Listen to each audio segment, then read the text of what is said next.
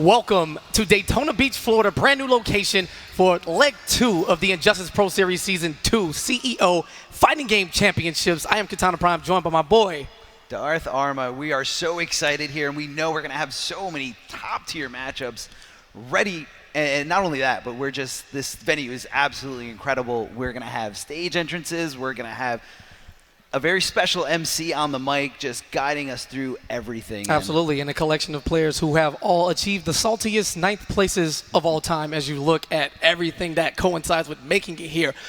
Surprise, surprise, SonicFox in losers. Big Tweedy trying to run it back. The Combo Breaker champion and the IPS season points leader looking to secure another championship. But before we get to the rest of everyone else, we're going to throw it to Joshua Gray as an introduction.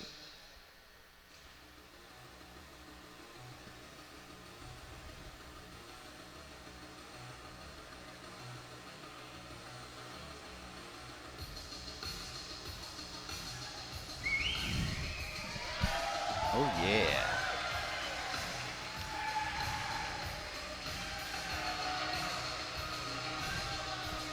Swag.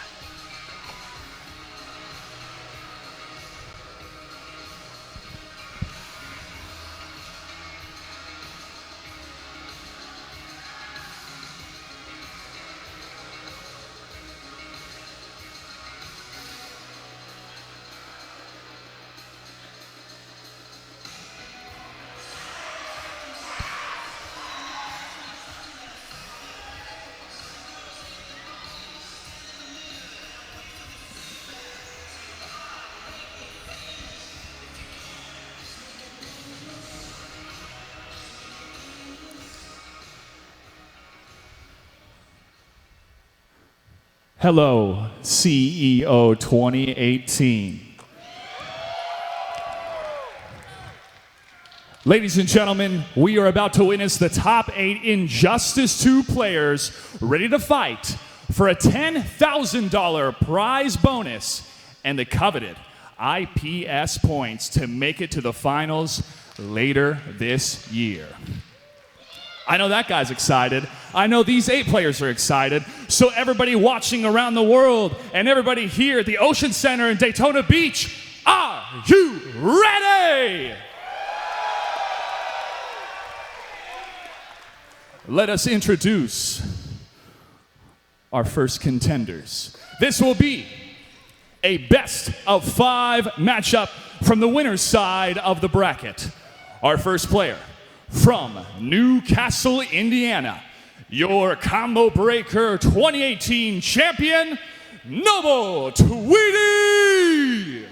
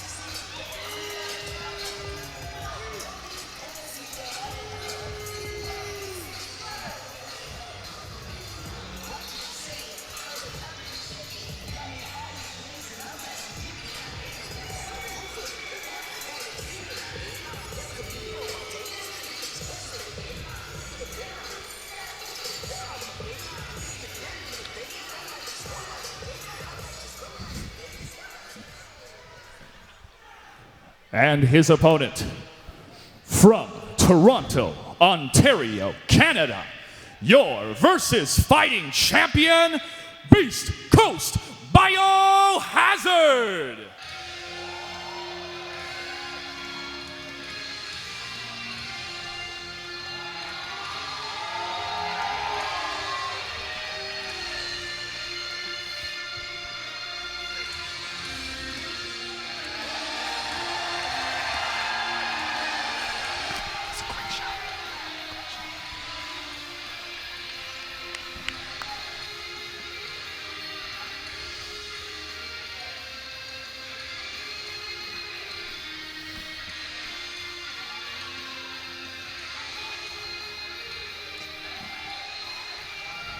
You okay? Yeah. You okay? I think so. He's a little winded here. He's my hair, you know, I thought the humidity got me, but, you know, Joshua Gray took those shades off and did that wink, and, you know, I just kind of lost it, got a little flustered. But to the ring and back to the action, it is Tweedy coming through winners, basically 3-0ing everybody, but having a heartfelt competition against Gur, very emotional, down to the last hit set, showing that he has the poise and the resolve to fight from behind. You know, Gur being up there 2-1 as we take a look at the bracket here, and just staying poised, not faltering, and playing the style of game that makes his opponents flustered and frustrated, heavy zoning. Yeah, no, that's definitely the game plan here with Tweedy. And Tweedy is, I feel like he's been playing the game way more than pretty much anyone, really taking the time to study everything, get as many games as possible, and it's showing what a lot of hard work and dedication can get you. And this is the combo breaker champion of this year, and BioHazard has a really tough opponent ahead of himself, but BioHazard no slouch himself. You know, just always a contender, always in the discussion of one of the best players. Yeah, you talk about consistency. This is nothing more than a repeat of Combo Breaker. Both of these men making top 8, holding down the position at the top of the leaderboards of the IPS currently, and looking to solidify those spots even more. Only 5 events. 3 more to go in the online portion, but we're going to get right into the match. It's going to be Dr. Fate against Starfire as the base kicks in on that meter burn glyph. Tweedy pushing BioHazard to full screen.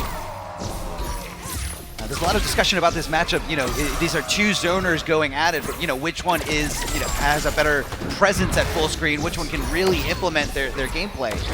All right. Positioning with the orbs. Tweedy trying to keep BioHazard in the same spot, activates the character power, gets that dark magic, enhanced damage on all of his projectiles, and the properties change. Trying to get something going here, but, you know, Tweedy's just being so resilient to just mindlessly going in. He's being very patient and just letting BioHazard hang himself right now, or never mind, we had the name flipped around. BioHazard going with Dr. Fate in this situation. Oh, well, just like he got bodied, we got bodied on the name switch, running it back. It seems he is the one in control, and again, the failed air dash, that back to such an amazing vertical hitbox from the top of the sky to the bottom of the ground, projectiles galore. Who needs a combo when you can get the job done with the specials? A little anti-caught on the anti-air, keeping it safe. And again, just trading punches, trying to play the respectable game as we get into the clash here. Starfire, last-ditch effort here is going to spend 2 bars and regain 25%. Dr. Fate right back to just plan A, just keep zoning, keep taking these trades because you have such a life lead that it's okay, you can do it. And, you know, BioHazard really needs to get something going here. Hits him with the overhead, trying to apply some more pressure, but gets hit by that wake-up attack. And luckily for Tweedy, doesn't take any more, BioHazard doesn't take any more damage as we just try to figure it out piece by piece as we go along. Meter burn orb on the screen to halt all forward progress. And we're unlocking trophies. Bonus points, I don't know if they count towards IPS, but it looks good on paper. Meter burn orbs to the face, and Tweedy, gonna guess, is gonna strike first blood as we get mixed up harder than the men actually playing the game here. And BioHazard going to character select screen. We've known BioHazard for a long time. We know that he's one of those players, you know, talented enough to feel comfortable in so many different skins, in so many different characters. And, you know, I almost feel like he never doesn't feel at home in his portfolio of characters. Oh, looking a little lost as we hover around the character select screen, trying to figure it out. Going back to Starfire again, adjusts to a game where in the second year the meta is definitely shown to everyone at the top level having, you know, that sick roster of characters that complement the bad matchups. You will have to dig in that bag and go there as, you know, you so far. But now jump 3, a little more offensive for the start this time for Tweedy with Dr. Fate, looking to protect those guys. And running right into the 1-1. Plus frames on the meter burn glyph. Again, the properties changing while the character power is active. And BioHazard having an extremely hard time working his way in. Tweedy's was just so good at the start of both of these matches, really just kind of forcing BioHazard to make his way in. When you're running away with a lead, you're okay. You're fine with this. At this moment, Tweedy wants to trade as much as possible, and BioHazard wants to be the aggressor, and that's when, you know, Tweedy needs to kind of figure out when he's going to be striking and how to counter it perfectly. All right, there's a character power denying the meter burn usage, but again, all trades working in Dr. Fate's favor right now. Great backdash to avoid that anti-air attempt. But man, so rough. Finally getting his way in, running out of real estate as Tweedy's back is to the wall. And it wouldn't be Injustice without handy interactables on deck, right? Yeah, why not? Just throw them. All right, more patience for both of these men. Not quite looking to launch in with that 4-2. Tweedy consistently in a crouching position, looking to react. But that time got caught pressing the button. Cross up now, first full combo. Not quite. 2 bars of the air escape and then interruption. And the challenge there, and you know, that's Tweedy showing you how much he knows about not only his own character that he's playing right here, but the character that BioHazard is currently playing. He knows all about Starfire. He knows where all our holes and gaps are. And the down 2 on the challenge, looking for the high attack on the follow-up. BioHazard in trouble once again, forced to use his clash before Tweedy's even on his second life bar, but again, with full meter, able to take advantage. 2 bars back, a healthy 25%, and still has some meter to get the job done here. Yikes. All right, getting the Onks out, forcing him to maneuver by dashing over that orb, and Tweedy just in control. You must admit this is exciting. And this is a bad look here for BioHazard. He's got a huge mountain to climb here, and Tweedy's life lead is just going right into these orbs. Meter burning it to keep it in place, air escaping as a last resort here, and so BioHazard is down 2-0. Tweedy taking this a lot more convincingly than it was in a combo breaker in top 8. That one was a slugfest back and forth. It came down to a Starfire mirror, if I remember correctly. And all right, BioHazard digging in that bag. Won't quite see the Bane just yet, but it will be the blackest of mantas looking to stab his way into more games in this set. Tweedy, quick 2-0, very dominant, very decisive. And wow, looking more offensive there for the sweep. Big anticipation, early reads, and a denial of the float. Yeah, Tweedy firing on all cylinders now. Look at all that chip damage here, and Tweedy reading him like a book here, anti-airing him out of the sky, and just putting those orbs right in front of him. He's just trying to find his way in. You've got to be feeling frustrated if you're a BioHazard right now. And that is about as a hood perfect as it gets. This is looking kind of no entry at the door, if you know what I'm talking about. As BioHazard tries to figure it out, gets his first set of offense there, but again, sweet. Tweedy, such immaculate spacing here in this matchup. Back 2 challenges, Glyph to keep it safe. No whiff punish there. It's been all Tweedy so far. Oh, just not close enough to get under those projectiles here as Tweedy takes advantage, throwing him here. Yeah, and this is just too much, too good. Throws the wheelchair, but I think the only handicapped person in this matchup is BioHazard's offense. Can't really get going so far. I love the idea to try to escape, but double whiff punish, very easy to figure out, and it's going to need a little bit more than a miracle and become a real master on the spot, because this is looking all but over as Fate fills the screen with orbs once again. And Tweedy's just doing a great job of just blocking everything, and oh my god, the whiff punish here! Just smacking him right in his dome, back and forth, and, you know, BioHazard, again, here we go. The whiff punish, can it get started here? Dragging him all the way to the corner.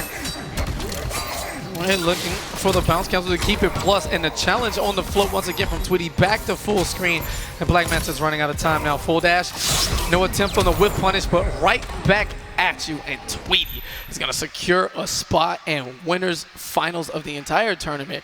The champion carrying on that spirit and showing that dedication to practice the hard work and the consistency that it takes to, you know, him to possibly win the whole thing. Tweedy did say that this is not season 1, and he has set out to prove that every match he does. See, it's season 2. It's season 2. Hey. It's season 2. Everyone knows it. Tweedy knows it. Let's just see if everyone else in the top 8 knows it. And, you know, and it's just, I mean, we're at a loss of words. Listen, man, here. I'm just lounging, bro, because that's how it felt to watch that. Like, Tweedy's like, okay, you're now watching a master at work. This is how you play Dr. Fate. This is optimal. This is whiff punishing. This is extremely smart zoning, especially with his orb placement. One of the slower ones, big block stun, and it gets your opponent jumping. Then he knows when it is to stop. He's just too good. I mean, he's actually too good right now. He's too good. And even in that Black Mana matchup, I felt like BioHazard was just trying to use those you know, those long-range highs, those long-range mids, and Tweedy was just stopping it, and it was almost, he was just perfectly anticipating it or almost reacting to everything, every single button BioHazard just was even thinking of. Tweedy knew he was going to press the button before BioHazard even knew. Yeah, we talked matchups. Pure dominance. We didn't see the Bane at all, so going into it, you already know that I have to go in the bag. So that's already a huge leg up for Tweedy. Yeah. And he just rolled through. But we're going to kick it back to Joshua Gray as we prepare to get into our next match. Ladies and gentlemen, our next match is a best of 5 on the other side of the winner's bracket. please welcome, from the Dominican Republic, your Combo Breaker 2018 runner-up, D.R. Gross.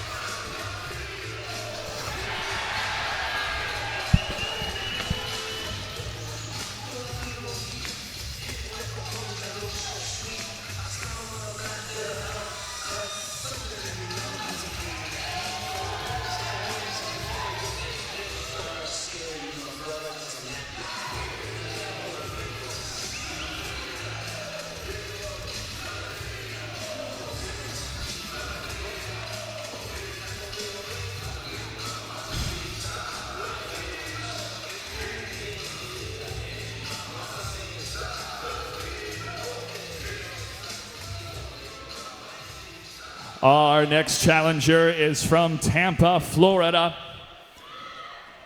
The runner-up of the Injustice 2 Pro Series Finals, Noble Semiij.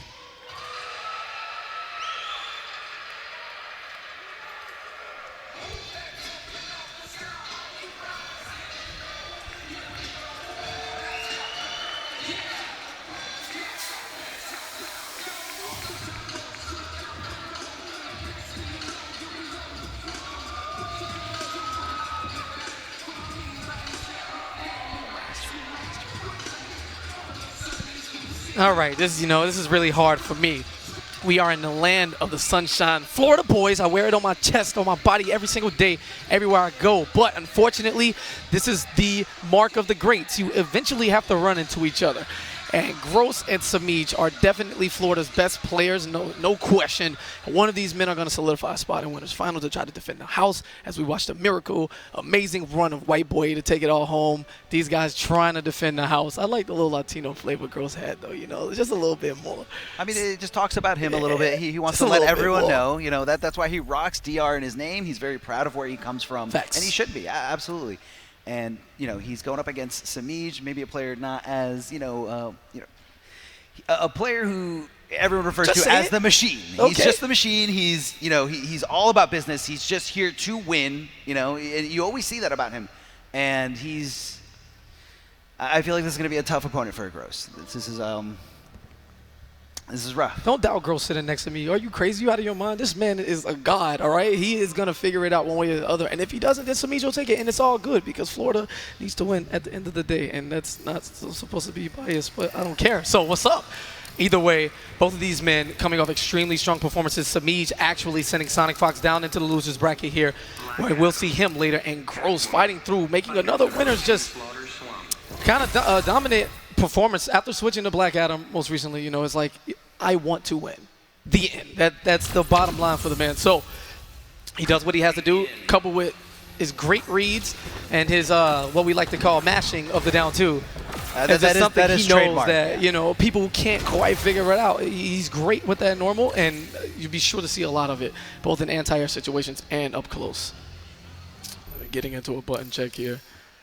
Yeah, so on the way here, both of these players beating incredible players. Yes. Gross taking it over HoneyBee, Semiij taking it over in a 5-game set over SonicFox. HoneyBee and SonicFox actually both fought their way out of losers, so that just kind of tells you how tough the path was for both of these individuals here.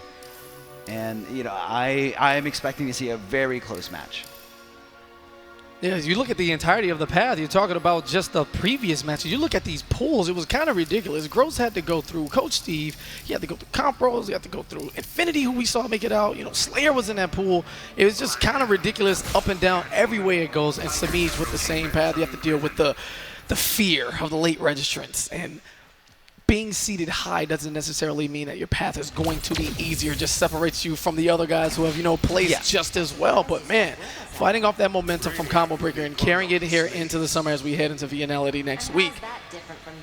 Whether or not everybody shows is going to be rough. So, again, trying to get as much points as they can. A lot of patience to open things up. And not sure if Gross was attempting an anti-air there, but he gets opened up by that jump to hard knockdown into the corner. And this is where Semiij puts in work.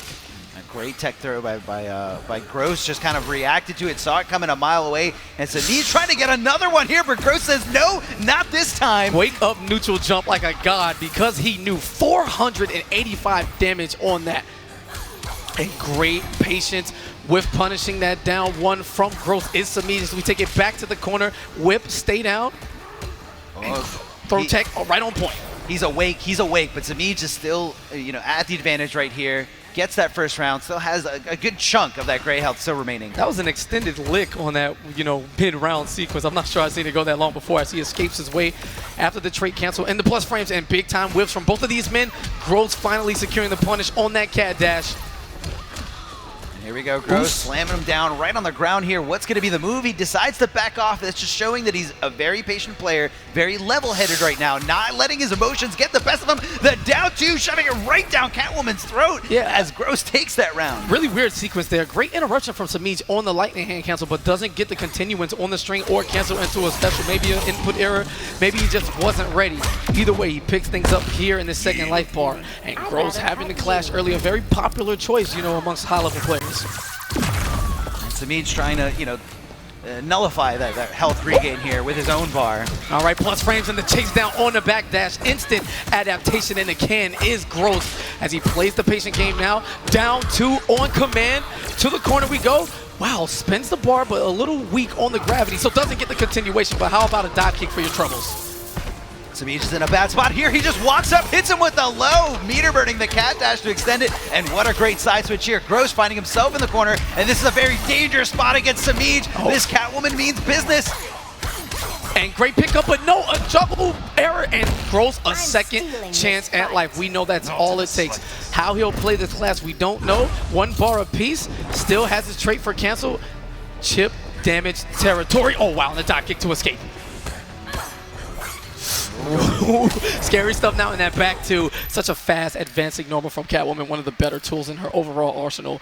Gross knowing he couldn't take anything on block in that situation, looking to jump out, but Semiij pulls the trigger before he can get away. He's going to go up 1-0. So Gross going, went to character select screen, staying on Black Adam though, possibly just, looking for a stage switch or just a little moment to breathe and really, take that in and understand what he did wrong. But that was a very close match. Definitely shouldn't feel discouraged and definitely shouldn't think about going anywhere else. All right, but we couldn't see it, but I heard the crack of that whip, air to air. Semiij opening up with the offense. There's the overhead, plus frames or hard knockdown. Take your choice. There we go. He had enough of that. Gave him the lightning hands back. Looking for something here and just gets hit by that staggered low. Semiij gonna make this hurt. Gonna be enough to take this round, and Gross not looking like he's in a good spot right now. Yeah, losing the majority of the health and combos to that low starter. Gross not watching the ground as much as you would like to in the air-to-air against Semiij with fantastic spacing here, not allowing Gross a chance to breathe. You will stay in this corner and you will like it. Plus frames, continue the offense. Semiij is just building so much bar, waiting for Gross to jump out, and there's the clash here. Gross is pretty much a last resort here. Gonna spend probably 2 bars to get 25% back and possibly make something happen. Definitely don't count him out just yet. Yeah, and baited there. Gross looking to avoid the interactable, getting right into that down two. And a far cry from the first game, and Semiij just seemingly turned on the turbo charge and just running away with game 2.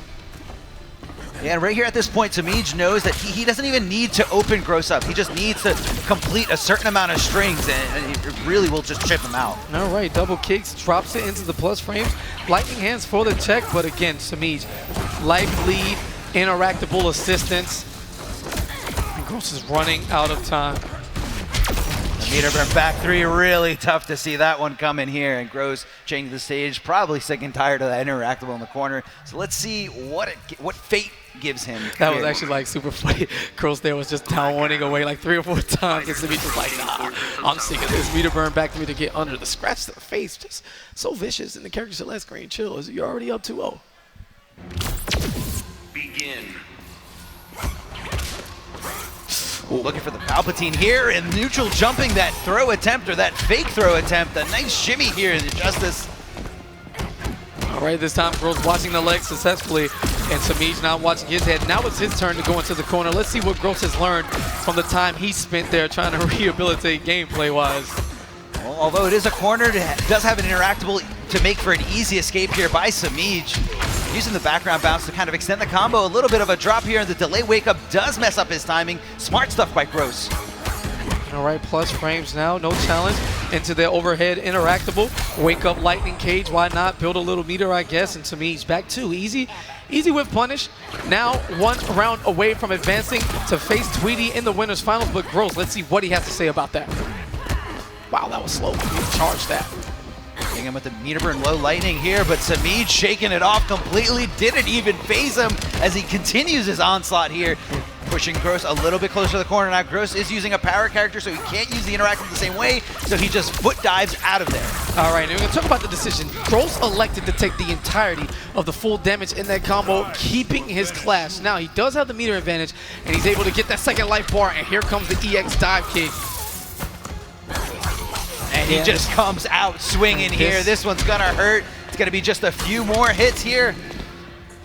And delay wake-ups, so no invincibility, and just gets back to death. No really usage of the meter there, no push blocks. Semiij didn't give him another chance to clash, none of it. And what seemed like it could have went anyway turns into a swift 3-0 for Semiij, where he will meet his teammate in the winners finals. Gross still very much alive, but the path infinitely harder as we march towards the title belt here at CEO and the huge chunk of those IPS points. And can I have some props for calling that one out? No. What? You're not getting props from me in Florida. Are you crazy? What? No. Maybe another match. All right. So we're going to take a quick break. And so everyone just sit right there. Don't go anywhere. It's a very, very quick ad. Right? It's quick. Still Always not quick. giving you props during the break. All right.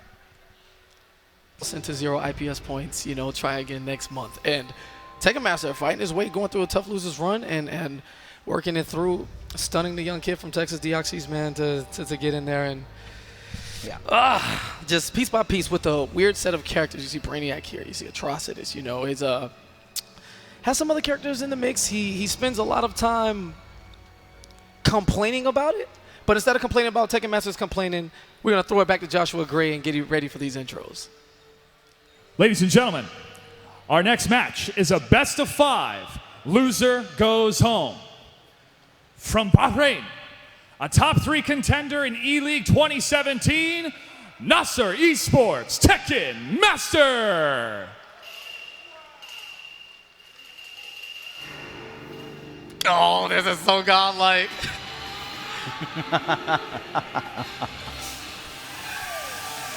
He's like an 1/8 of Atrocitus' actual size. He's going more for the deck right. star. Tekken Master is actually deck star. This is so good. That's who's controlling Atrocitus, and that's just how it is. Is this like Saudi Arabian trap? Hey. Yo, he's just casually chilling in the ring like, this is my house. This is what I do. I like this song, though. It feels good. His contender from Lorain, Ohio, a top 4 contender in E-League 2017, Forever King. Now, this man is the... Oh, wait a minute. Hold on. The androids are in the building. What a nice DBZ. It's the king! Forever King, known for his permanent smile and peace signs. There you go, back to back. And his throat slice. We do love his throat slice. He might be one day too early on the game. There it is. I called it. I called it. Of course. Can I props for that one? Yes, absolutely. Okay.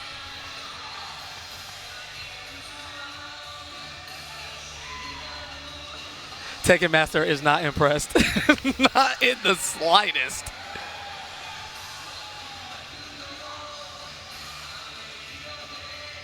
And you know what?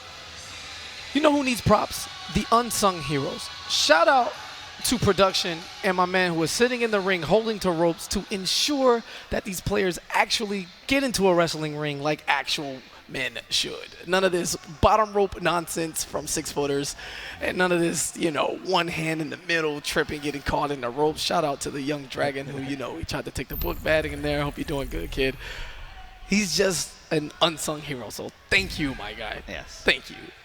It's the little things. You got to make sure it all goes according to plan.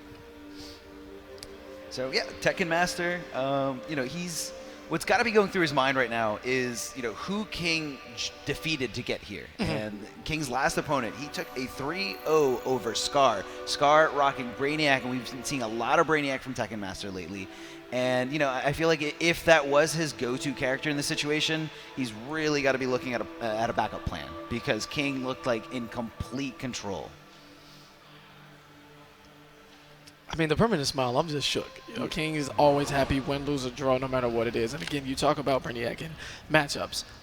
Tekken Master plays like none other. He is definitely one to take massive risks. He believes in his gameplay in full confidence, and a lot of unsafe things here and there. He's going to test your wit. He's going to test your reactions, all of it, because he wants you to kind of let loose and play at the same, you know, for lack of a better word, Maniac style as himself. And you can't out-Maniac a Maniac. Forever King, known to be, you know, extremely solid. Batman is the name and the game. Very solid, very patient. Had a fantastic set with Dizzy, you know, TT all the way out here from the UK. And we just saw all type of just fundamental footsies plus just weight. And he has no problem draining out that clock, as we saw last year here against White Boy. You know, he threw 200 batarangs in one match. Actual factuals, 200 batarangs. That's a lot of batarangs. Yeah. However, you know, since then, you know, Forever King had a great both of these players here had a great Season 1. Both finalists there at E-League in top 4. And, you know, Forever King being the main reason why SonicFox did not make it to the E-League Final 4. And, you know, he's just always a player to be, you know, reckoned with.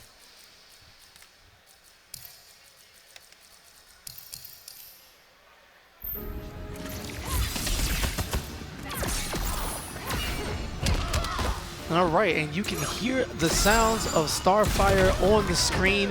Tekken Master, one man who, I know, but you know, on a crusade against this character. What do? If you can't beat him, join him. That's old people saying, because I'm old. I mean, it's one of those things where you can sit there and complain about a character, but there really is nothing stopping you from picking that character. That Batman mask is so sick. Anyway, 50-50 to start the thing back. When Starfire lunges for that forward 2, she can either continue on the forward 2-2, which is the overhead splat, or she can go for the grab. Pure 50-50. You don't get much damage off either one of them, but Forever King has the philosophy to always take the overhead, because it just splats you and you don't get tossed full screen to where Starfire has the advantage for her zoning. But to see him get opened up by this, you know, weirdly, you know, just surprising right now as he uses the mechanical bat to clean up. But again, the wake up Tamaranian charge, evasive hitbox just flying into the skies as Starfire's in full control here. Great meter burn roll on the read from that Stardust. A lot of recovery on Starfire's end, and Forever King knocking on the door for some offense. Hasn't quite put it together as we see Batman do consistently, especially with the trait to cover all of his, you know, shortcomings. Tekken Master just pushing him away here, chipping at him little by little. Doesn't want anything to do with Forever King, because he knows once it gets started, you can go from a vortex to a vortex to a vortex. All right, Tekken Master taking his time, filling it up with those straight shots. King extremely patient, not eating any of them. And there it is, the up batarang on the read. Get the continuation for the combo, and patience earned him that combo as he jumps with the follow-up 3 to, you know, catch Starfire. I'm not sure where that hit her. She was actually like gone already, but that's okay. That's the Tamaranian charge. That's the magic of the Tamaranian charge. Got it. It was probably the hair. Forever King loading up that bat, just inching his way in. He knows the longer he takes, the faster that mechanical bat is ready to go here, using the interactable. And I like the idea there. He looked the meter burn roll to cover his approach with the batarang so he can go into whatever pressure he wants. But Tekken Master just catching him on the startup frames of that release. And again, anytime in plus frame situation, throwing out that Tamaranian charge to try to get to escape some wonky stuff going on here. More patience from Forever King. Oh, catches her in the air, but doesn't convert with that mechanical bat. All right, keeping it safe on the meter burn, and caught pressing a button is Tekken Master. It's gonna get opened up. A great defensive here, left, right blocks, but the meter burn up ring. Such a fast move. Batman leaning back, massive exploding hitbox, and easy combo conversions as he forces Tekken Master off of his clash. And Tekken Master opting to actually hold on to that 1 meter because he knows it means a lot of chip damage, and that's all he needs in this situation. The Tamarani charge. And the raw 4-3 King is in there. One touch can spell game, but Tekken Master defensive only, no bar. And here comes all of the special moves. King refusing to give up. One guess and a dream, and he finally opens them up. You cannot block forever as the King pounds his chest and steals game 1. What a fantastic comeback. And it was just all composure. It was all patience, and Forever King showing why he's one of the best in the business here. Oh, wow. Down 2 into trade cancel, the smart stuff. This time on the offensive, but Tekken Master is going to have to come from behind, trying to go for the ambiguous stuff. There's the parry, and he just has all of the reads on Tekken Master here in game 2. You know King's feeling himself when he throws out that parry. He's in complete control. He knows what button you're going to press, when you're going to press it. All right, big time chip damage and pushback from the Stardust into the meter burn character power. Charging up a back 3, trying to see what King is. He's going to react. No, throws him out of it. Mechanical bat gone.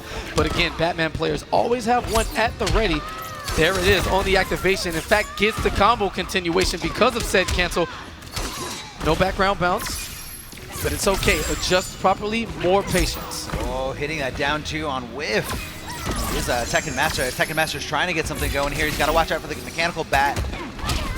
Wow, and very unfortunate situation. Tekken Master did recognize the first part of that string whiffing. However, instead of going for the button, dashing forward and eating the rest of it into the corner. Stand 3, looking for the meaty stuff. Okay. Tekken Master's anticipating a lot of jumping here from Forever King, and Forever King just pretty much keeping his boots on the ground, refusing to go to the air because he knows you're defenseless up there. All right, big back 3 from Tekken Master, slowing it down himself, not quite filling the screen as quickly as he once did before. As Forever King has seemingly found out his pattern. Zoning, such an intricate game, and you can't just toss projectiles out, you know, mind-numbingly dumb. Well, maybe you can, but you're going to get blown up for it. At this level, it doesn't work, and he's going to have to find a way to fix it up. Continuing that very tricky conversion here. It was Forever King looking a lot better than he was last game, but even in that last game, he still took it. Oh, and blocks the slide, but can't do anything about it. The bat to cover that approach. The character power chasing him down. Nice air-to-air on the reaction to the interactable leap. Here comes the wildfire. Okay, slow down, baby. It's okay. Really thinking about that. Use the 1 bar to prevent Forever King and getting back an additional 10%.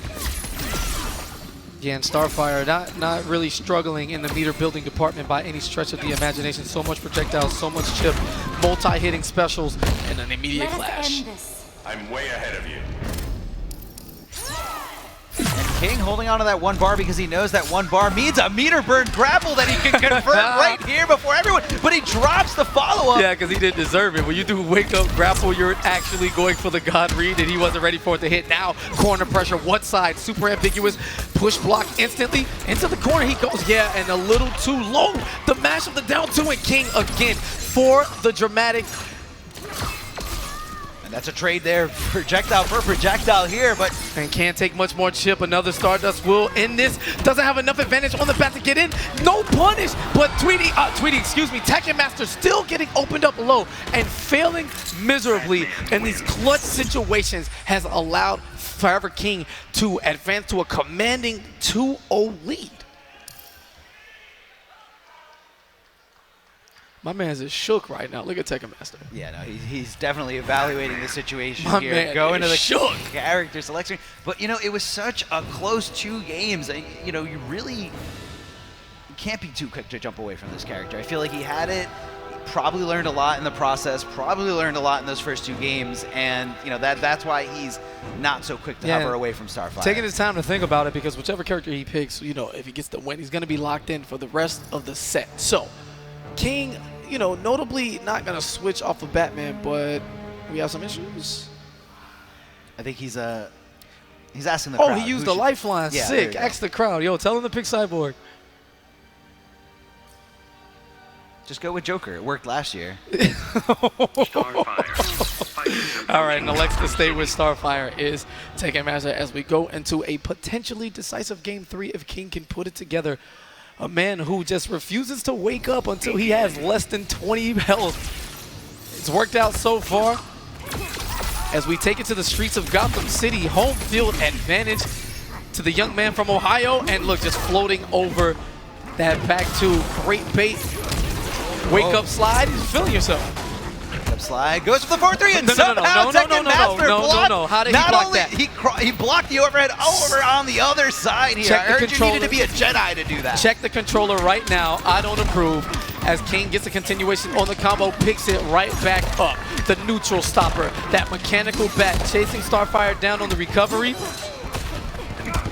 Using the interactable to just kind of implement that jump and kick, that dive kick that's just so good. And the back three to chase down the backdash of his own. Tekken Master trying to make this a slugfest now. Forget the projectiles. Let's swap hands. All that chip damage here. Tekken Master off to a much better start here. Looking like he's taking a commanding lead, or a slightly commanding lead. But Forever King does have 3 bars, or nearly 3 bars, ready to go. Those 3 bars do mean opportunities and resources for him. Slowly walking Tekken Master down to the corner, possibly waiting for that Tamaranian charge. Is Tekken Master gonna give it to him? Tekken Master gaining a lot of mileage here on his second life bar as he has about 62 health remaining on the first one and gets hit with the bat trying to escape out. Not a bad chunk of damage to take with him. Standing by that unblockable, interactable. Yeah, Batman, the police aren't your friend. Here, Starfire is in the building. Not gonna clash. Here's the restand. Up battering for the massive plus frames. Breathe. And that time whiffs the throw. Tekken Master a little risky. Push yourself harder. As Batman challenges Starfire to push herself harder. I mean, can you not? Okay, anticipating the wake-up grapple that Forever King gave again right after the clash, just like he did in the last game. So Tekken Master and adapting this situation. Yep, getting there it that back. is. And doesn't keep it unclashable because he has the meter league. If he expends both, he's going to take an additional 15% from King, depending on the choice. But no, going to keep it. Looking for a restand, reset, or meter burn roll, which was easily sniffed out. Down 1 for the win. Tekken Master, seemingly with the right choice, sticking with Starfire, is now on the board. Now Tekken Master is locked to this character. King free to go, anywhere he wants on the character select screen, but I don't see him going anywhere outside of Batman. This is the Batman specialist here. All right, the Tamaranian charge right out of the plus frames from that cancel into the back. Trying to, reset the tempo to that of the first 2 games where he started out heavy zoning and had massive, well not massive, but good enough life leads to where King had to make the comebacks, which he did. However, Tekken Master probably infinitely more confident as he got the game on the board. He knows he can do it, but this time King is on the offensive. Here we go, we're gonna leave him in a standing position. Yes, goes for the cross of 4-3, and again, Tekken Master blocking it. Are you a god? Don't answer that. Anyway, to the corner we go now. Big time chip damage, building some bars. Starfire nearly full meter as he tries to halt his approach with those straight shots. Oh, not high enough to get the conversion here, but keeping the momentum, just jumping 3 after jumping 3 here. Not enough to do enough. And Forever King using the interactable. Okay. There's the reset. Sick stuff coming in from Forever King. This should be enough to kill with the background bounce and what looked like a sequence of Tekken Master straight walking into the second health bar.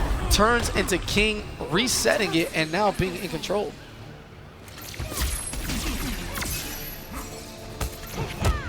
Oh, blocking the overhead here. Baited. Big kryptonite punch. Yeah. I Instant. feel you weakening. Don't be so sure. Now is Tekken Master going to use a bar to get 50%? Yes, he does. He's got his full red health, but Forever King still holding on to his clash. And, I don't really see a situation where he's going to have a chance to use it without risking getting damage dealt to him. Yeah, great cancel there on that special into the character power. Surely to be punished on that jump in from that Stardust.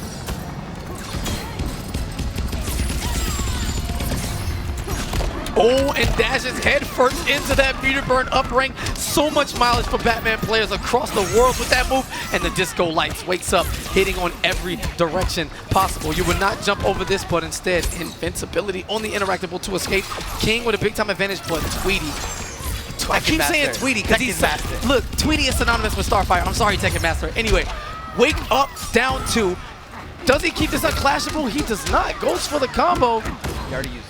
And he already used a clash, so it didn't matter. And now Tekken Master, not Tweedy, forward twos his way to death. Oh man, hold on, muscles. All right, hold on. Trying to flex for him as Forever King figures it out. Great sequence. I love the movement in the corner. Using that back 2-3 string as Batman, you always look to make a move, but people forget that you can actually special cancel it. So he cancels into the interactable to get the dive kick, continuous plus frames, go into more pressure, meter burn up ring, whatever you want to do, because that's what Batman does. He kind of has his way. Sure. Yeah, you took him to Gotham. Did you think you were going to win? No one wins in Gotham besides Batman. He's the law there. Yeah. And we're going to take a quick break, guys. Don't go anywhere. Promise again, it's going to be quick.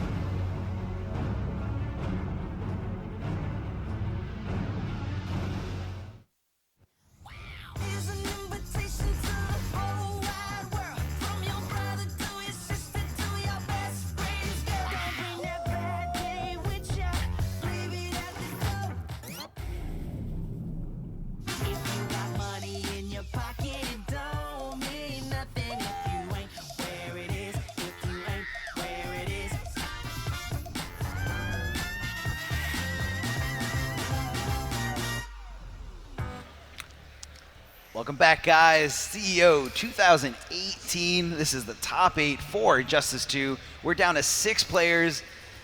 And, you know, farewell, HoneyBee and Tekken Master. Great showing all weekend, but unfortunately, everyone but one person has to lose. Yeah, there's only one title belt, unless you're a guy that you just play like every game and win, which is extremely possible. But we are whittling it down. I hear Starfire on the screen once again. We're going to hit it off to the losers semi. It's going to be SonicFox going up against BioHazard. Losers quarters, that is. And Starfire against Red Hood. You remind me of Dick Grayson. I don't think so, Corey. It is all in the way that you fight. Begin.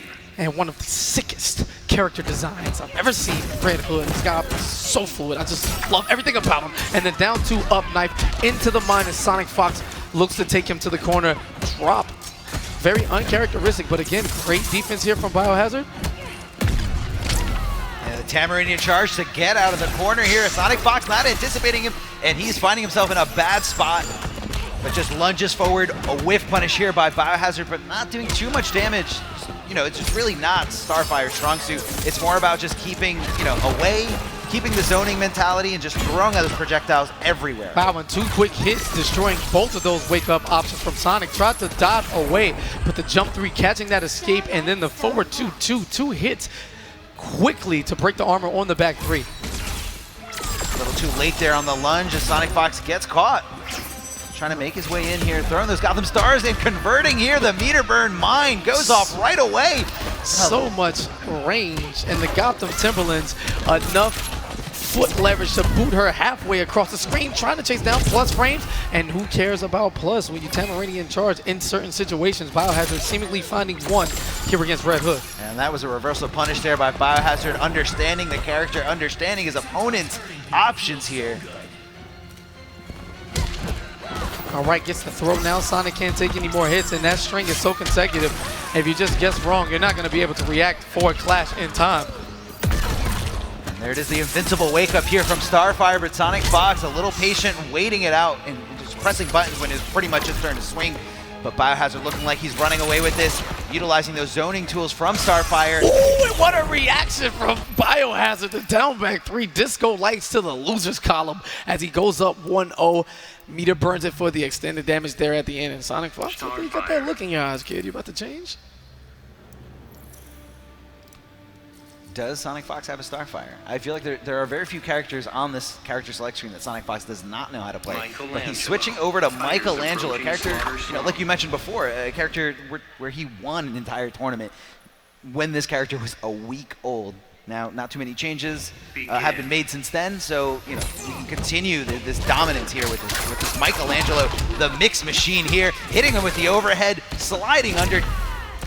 Yeah, he's going back to the strategy that worked. You remember, he took out HoneyBee earlier in the tournament in this exact matchup. So, feeling comfortable in it, very familiar, liked the way it worked, and a little early on one button for the punish. And BioHazard not punishing either. A little ugly situation there. Follow up with this drop, Tamarinian charge into the backdash. A lot going on, but let's see who's able to pick things up. Oh, trying to backdash, but the shell mill comes chasing you down. And wow. Meter burn back three, jumping in the air, extending the combo, and pushing SonicFox all the way to the corner here. He does have access to that bear trap. Is he going to use it or save it for later? No, SonicFox going back to the middle, trying to just eliminate as much real estate from Starfire as she possibly can. Just sniped out of the air there, the disco lights. And such range, great omnidirectional tool there. Sonic takes to the skies and BioHazard is ready to body him right away. Trying to gain some mileage, of course. Where'd that pizza come from? Chill, we don't question these things. Swamp Thing went and got the delivery and passed it out on the back. That's how he got it. All right, to the corner we go. Looking for the fuzzy mix-up. No, instead keeps it plus. Down one into the shell drop on the recovery overhead. And before you can finish the sentence, he's already in his next set of mix-ups. But terrible drop as he swipes him with the skateboard. Because I'm a hero in a half shell. Down T's such a great option when you run into Starfire at that range. You know the button that she's going to be wanting to press. And that's really how she starts her normals. It's really how she starts her offense. When you finally chase her down. And speaking of chasing her down, that Shellicopter might be it here. The down two, and SonicFox with the equalizing here, tying up the set 1-1.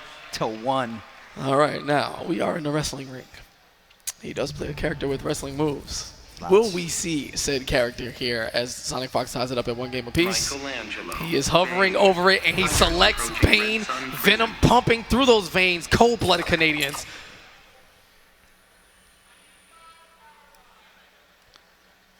Lots of Venom, lots of armor on all those special moves. When it is activated, you can hear it every single time, and you can see it at the bottom of the screen. When the forward dash gets snuffed out here by SonicFox. All right, there's the drop.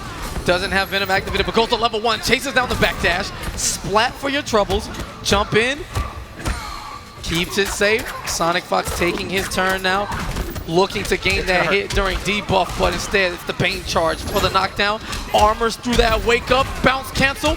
And he gets punished anyways. 2 bars for 2 bars. And just like that, BioHazard on the offensive. More Venom, more power. One trying to get SonicFox to advance here, and SonicFox does, hits him with the throw. Is he gonna go to the other side? Yes, he does. He's cheating, that's assist. All right, gets the jump in attack, and again, checked with the reaction on that forward dash. Easy punish for SonicFox. Wakes up with the charge, meter burns it, 250 damage, please. Oh, and just a raw wake up here, raw uppercut from BioHazard. And SonicFox punishes it accordingly, and BioHazard still in the corner here. Does SonicFox back off, or does he just continue his pressure from here? Doesn't matter, gets poked, baits out the command grab. 2 hits to break through that armor, goes to level 2. SonicFox in trouble, wakes up immediately. What a challenge. Goes to level 3, looking for the bounce cancel. Oh my god, and I like the idea, the overhead splat, but because he spent the meter on the bounce cancel right before, he didn't have it. SonicFox given a second chance at life, but again, this is 1 Venom combo away, but level 3 debuff. This could spell death if Sonic can find the opening. Oh, plus Venom's up, level 1, there's the elbow drop, 1 bar meter. Will he extend it? Yes, he does. Goes to level 2 now. Meter burns it to keep it safe, and no, in trouble. Trying to mix him up, 2 hits to go through the armor. Yeah, BioHazard has to clash. Because I'm a hero in a half shell. Turtle power? Oh, sorry, I'm showing my age. Big drop boot across the screen now to figure things out. Debuff, fighting with it on, but doing no damage at any other point during the match that would have killed, but instead he is now forced to guess. Venom coming back, 1 mistake, One read on the knockdown. What's it gonna be? Level 3 and dashes through the headbutt. BioHazard taking advantage now, 2 games to 1. Amazing. He is ready. He is ready here. Came down to the wire, and BioHazard looking like he's going to avenge his brother's tournament death here. And, you know, he's going to... Yo, that gear is so sick. A lot of back and forth, some tongue twisting at the character select screen from both of these men. Sonic going back to the Red Hood. That quick shot, quick 2 hits is good against the armor, the air, King bows, all type of tools, you know, the momentum, the movement, all of it for Red Hood as he checks him with the trait. And check that forward dash, and this was the opening BioHazard wanted to start this game with. Goes in with the body splash. And that's just confidence, you know, BioHazard's forward dashes have been getting checked with full combo punishes. And what does he do to open up game 4? Forward dash immediately.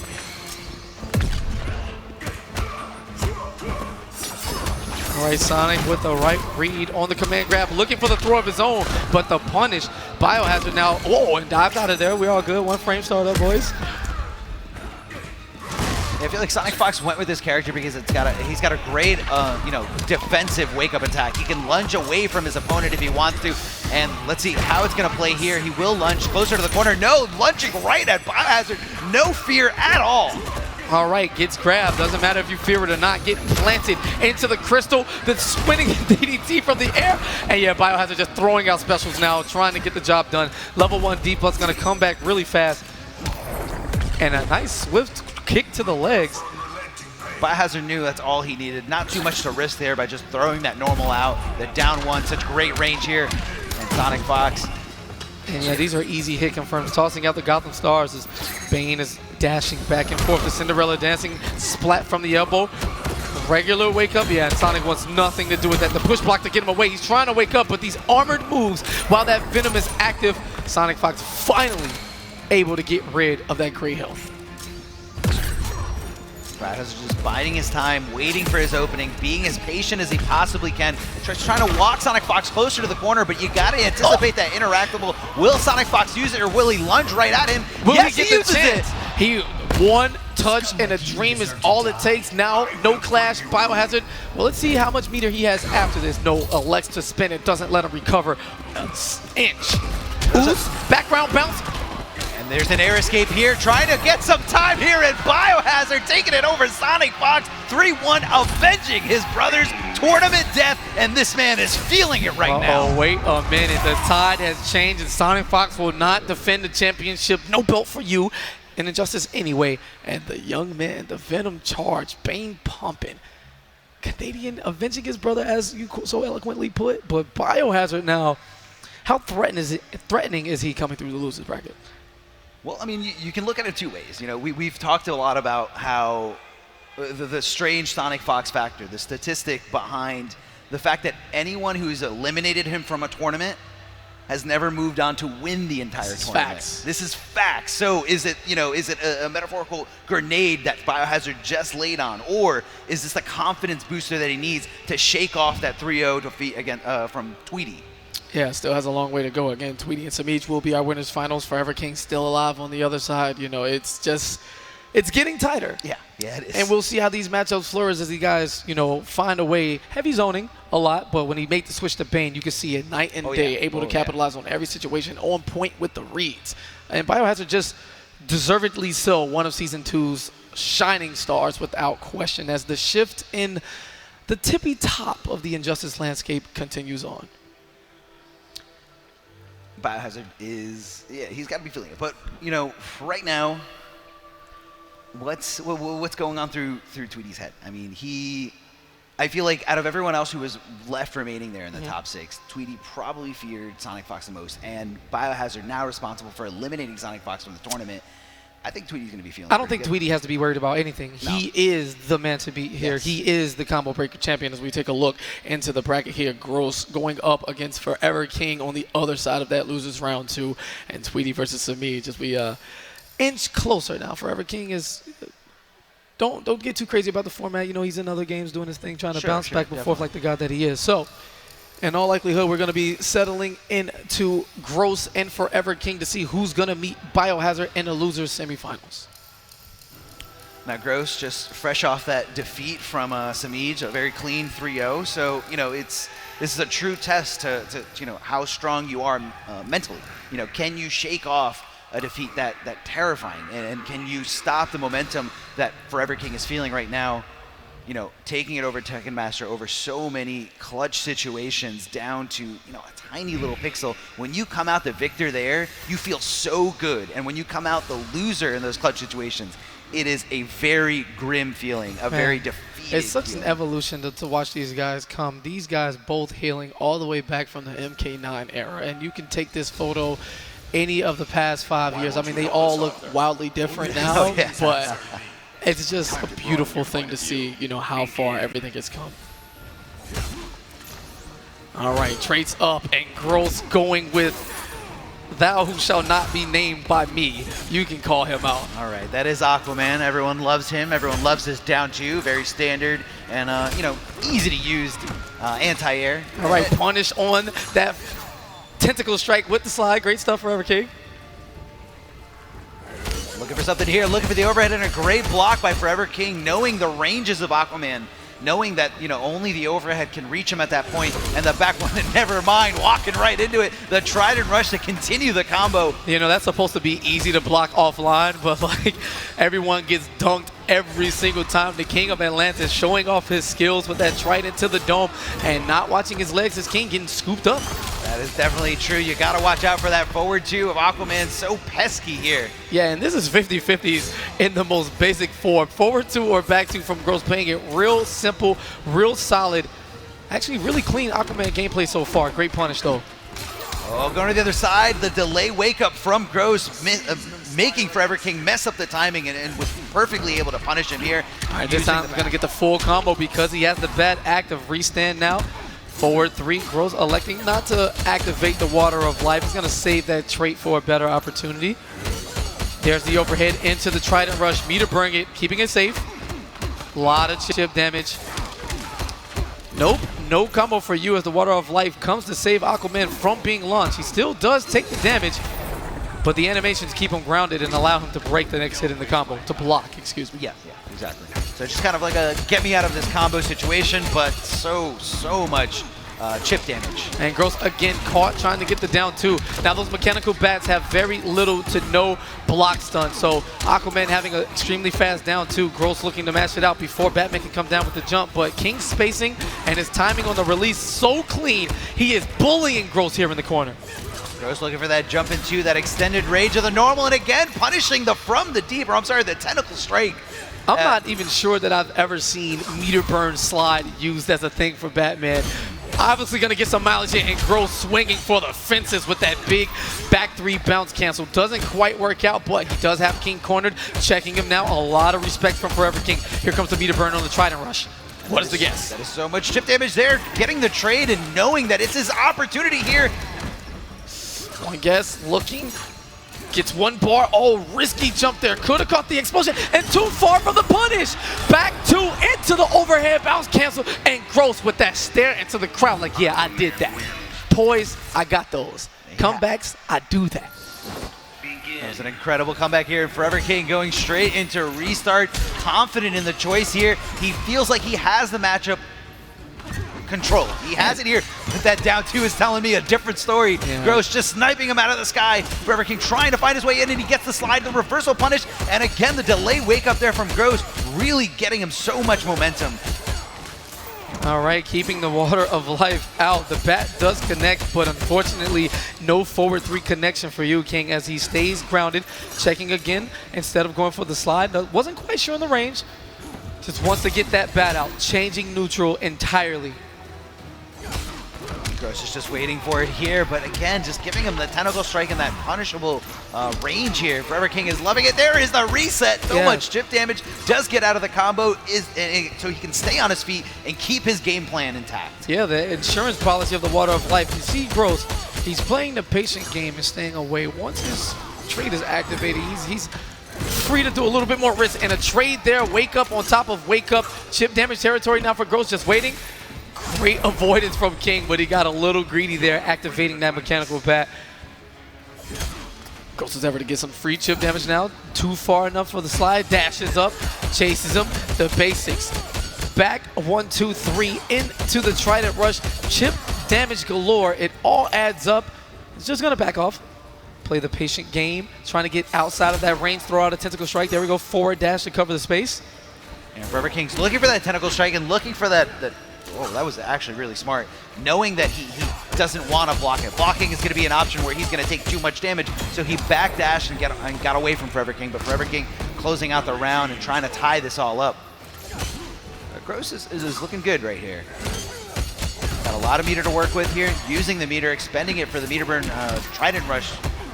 So much chip, and I like the idea. Gross looking for that anti-air with the meter burn back 3, but the 2 hits, the jump in, plus the bat. Again, such greatly enhancements to Batman's arsenal. Once that bat is out, changes all aspects of fighting games as you know it. Trident rush into the down 2. Ready to negotiate? By Neptune, I won't yield. 1 bar on Forever King's side, gets him 50% back, gets him a little bit more breathing room here, but Gross looking to take that completely away from him. All right, mixing it up there, continuing the string for the overhead. It's gonna get comboed. Little drop here, maybe the nerves, maybe it's just all this pressure here. CEO top 8. And the wake up Trident rush, that is enough to do the job. Gross up now 2 games to 0. You know, when I woke up this morning, I didn't think I was going to see Gross playing Aquaman in top 8. Yet here we are, a matchup. And the character who you forget, you know, people have in their arsenal, Gross has always kept the Aquaman tip top with the basics. You're not seeing crazy mix-ups, you know, forward 2, back 2, back 1, 2, 3, Trident rush, meter burn. It is the basic form of the character. And although he might not be as proficient as someone who's put 120 hours into Aquaman, Sure. but he's equally, if not more, successful with it.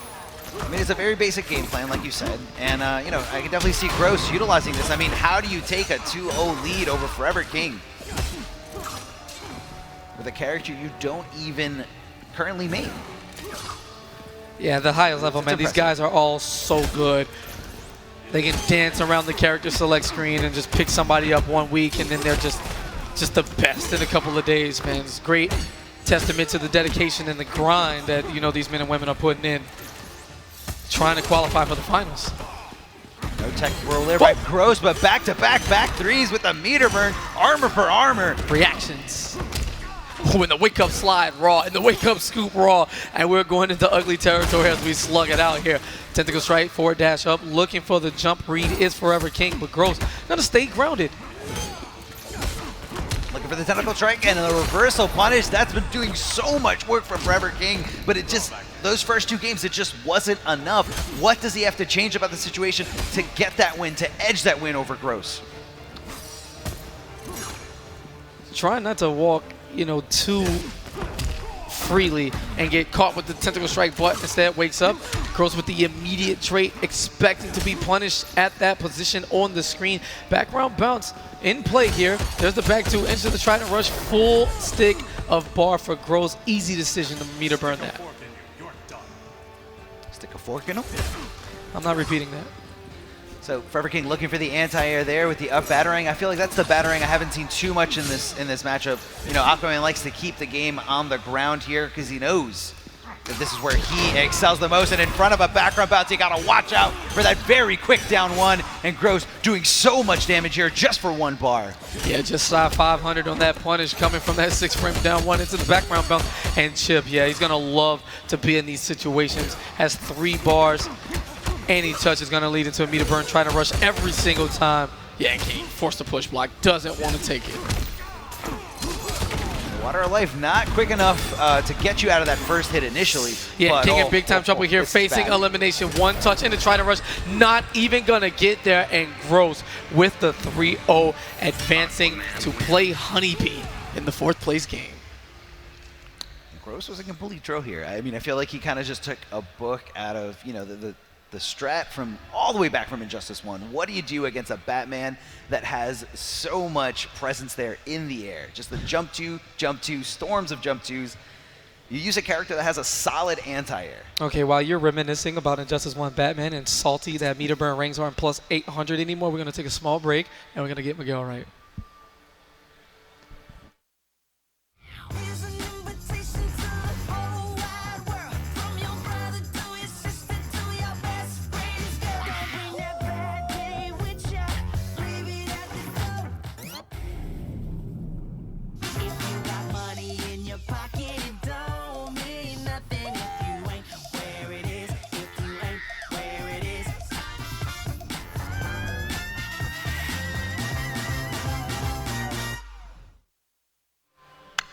All right, we are back with the winners final Noble Team Showdown. It is going to be Tweedy, IPS ranked #1, going up against Semiij, trying to find his way.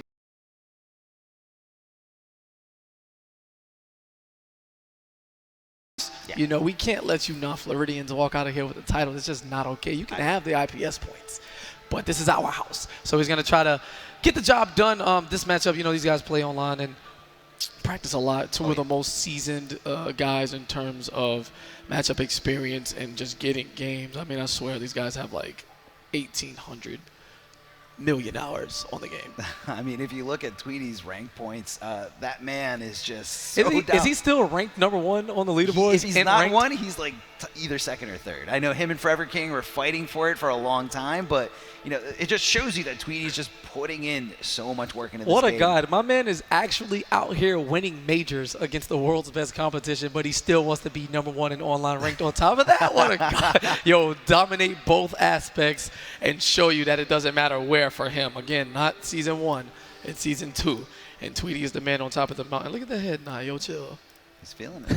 He's getting comfortable. He's got to be, you know, he's got to go up against his teammate. So, you know, either way, we're going to have a Noble player here in Grand Finals. Just about which one is going to be thrown into the Sharks down there in the losers bracket. And, you know, Tweedy and Semiij, I'm sure they have so much intel on each other. And I wouldn't be surprised if maybe one of them decided to pick a different character. I know I've seen Semiij playing a little bit with Ivy. Semiij struggling with his real-life execution right now. PS4 controller, 10-0 matchup, free. It's a tough life for Semiij. Yeah, it only sucks to be like 12 and get second in the IPS finals and, you know, win like 50K and play still games and be a god and travel the world. Yeah, tough life, man. Tough life. You really don't know what you can do once you're having a little bit of pad issues here. Right. No, I think everything's all squared out. But, you know, Semiij, I feel like, you know, if you watch him play casually, you know, he's got a whole slew of characters. But, you know, when it comes down to business, it's always Catwoman. So this is just like, oh, look at Tweedy looking at the camera. He loves it. He loves the attention. But, you know, this comes down to Tweedy being able to kind of, I feel like he's 100% sure that Semiij is going to go with Catwoman. I'm sure he's studied everything there is to know about this character. But, you know, who is he going to be going with? Tweedy played so many different characters. You know, if he goes with Starfire dominates, maybe that gives him a platform to not really downplay the character anymore. So you're very conflicted in this situation. Begin.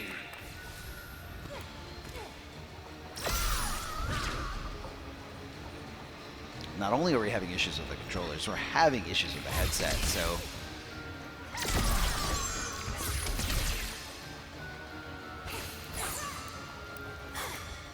And I do hear a lot of Starfire, so I'm pretty sure. I mean, now Semiij also a player who's familiar with Starfire. You know, we've seen it a few times, and maybe he can get through and expose a few of the things that Starfire is, you know, lacking. Show me But what you can do.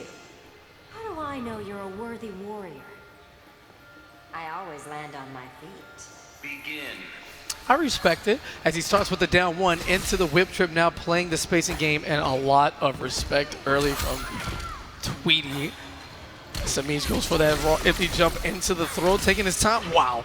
Anticipating any jump attack. Tweedy wants nothing to do with Semiij's aerial game. Catwoman, so much range on her jump normal.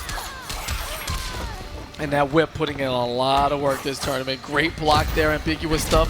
Plus on the interactable, but again, it's been a theme of this top 8 so far. You see that Tamaranian charge going through any plus frame setups. you know, it's all about where it puts Starfire's hurtbox so quickly. You can really just kind of make things whiff. And it really just, if you're not expecting it, if you're not labbing against it, you're gonna lose. But here we go, Semiij understanding the matchup and understanding what to do when you put Starfire in the corner, and that's just mix. Plus frames, keeping it going, no charge there.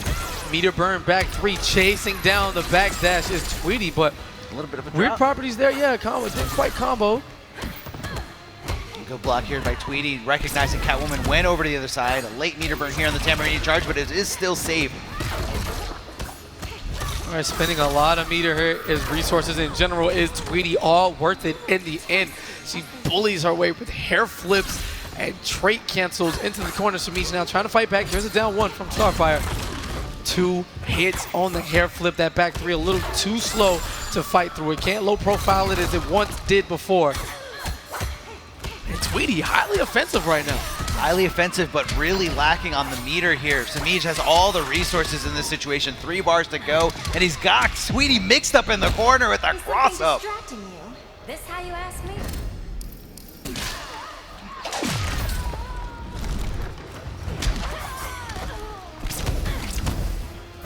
I like that down 2 cancel into the character power. Just trying to keep it safe here. Starfire down to absolutely nothing. One more touch will be enough for Semiij to take the first game. The meter for back 3 flips out.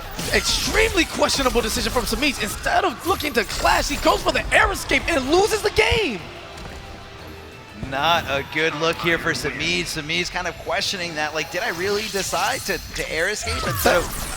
I don't get it. Tweedy had no bar. He had 2 meters and his clash, and for whatever reason, he looked for the air escape, shaking his head in disgust. Huge momentum shift right there. Tweedy was dead to rights, and then he essentially gave him the game. I think what happened there was possibly afraid of it and didn't want to take any kind of damage, possibly thinking that, you know, Tweedy would just finish it with the unclashable forward 3, and, you know, he thought it was his opening. He thought, you know, let me keep the momentum hot, let me swing and get the momentum back on my side instead of putting it in the neutral from the clash. All right, there's the punish now. Gets as much as he can in this junction. Starfire not known for her combo damage, but the back 2.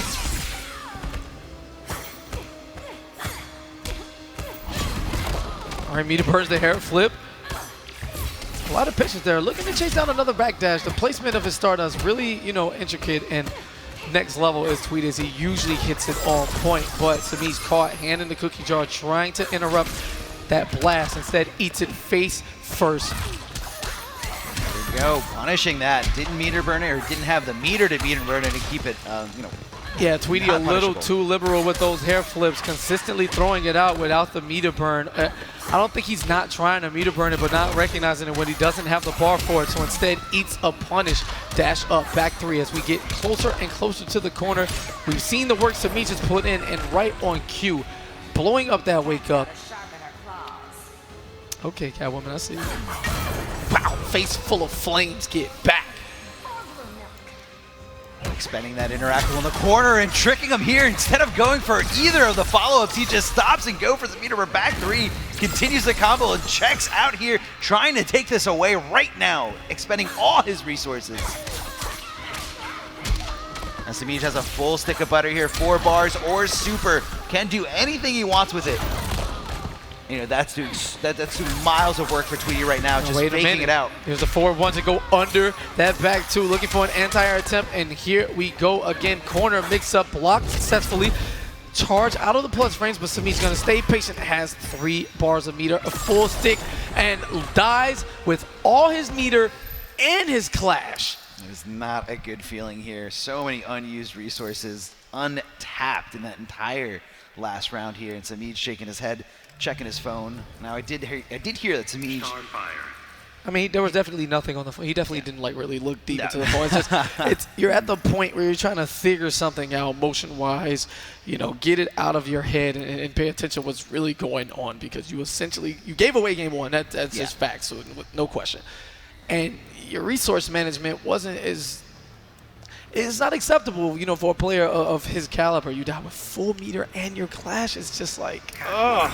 Yeah, no. And Semiij knows it, readjust in his seat, looking to bunker down, and Tweedy in all confidence and poise, just ready to close the door and solidify his spot in the grand final. Semiij sticking to his guns here, sticking with that patented Catwoman, the Catwoman that was responsible for getting Semiij all the way to second place in the IPS finals here. Semiij finding his footing here. The background bounce is in play. He's going to be using it to extend the combo. And the splat here, and he just knew the Tamarini charge was coming, and he knew again. This time, is this Semiij? Is this where he's been hiding this whole time? Just here in Gorilla City. His meaty timing is definitely on point now as Tweedy gets the reversal throw into the corner. But the wake-up forward dash, extremely confident. Big alpha moves here by Semiij, just relentless rush down and not allowing Tweedy to rethink.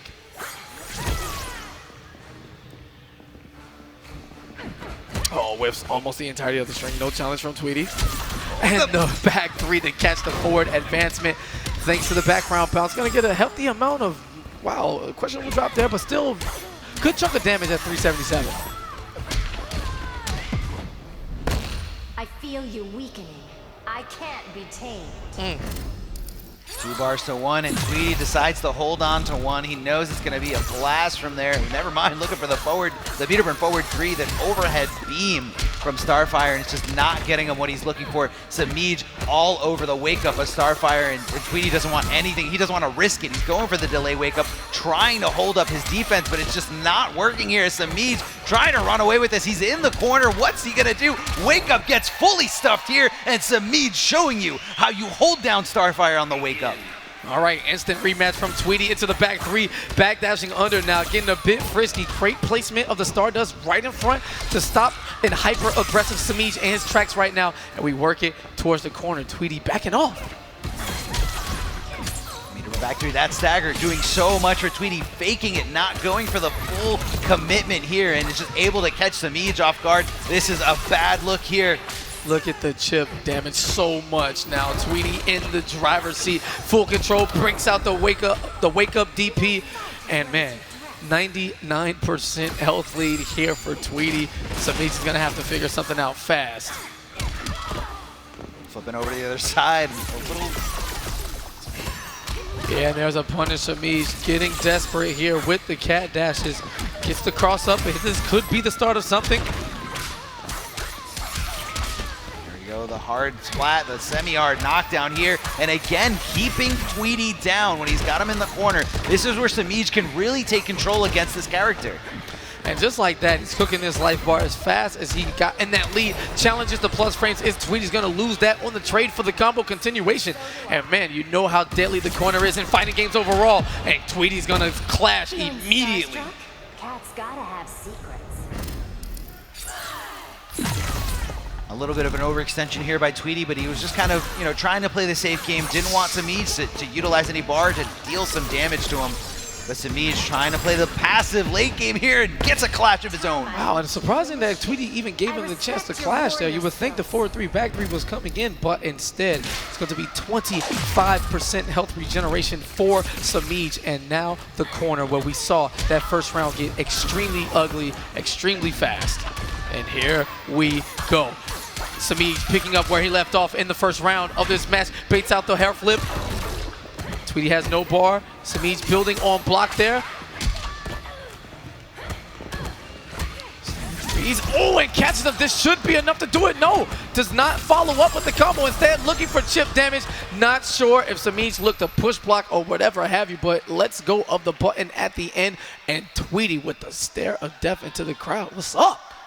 What's up? That's one time for all the haters who hate Zonin and who hate Tweedy. Y'all can hold that. That man is in the grand finals of back-to-back IPS major events, and Semiij is going to have to go down. He will. Oh, what's up? Mash that button. That's the button. Trade, boys. That is the win button. It's the XYA carried. That's what it says. It doesn't say B. It says carried. That's what Starfire carries.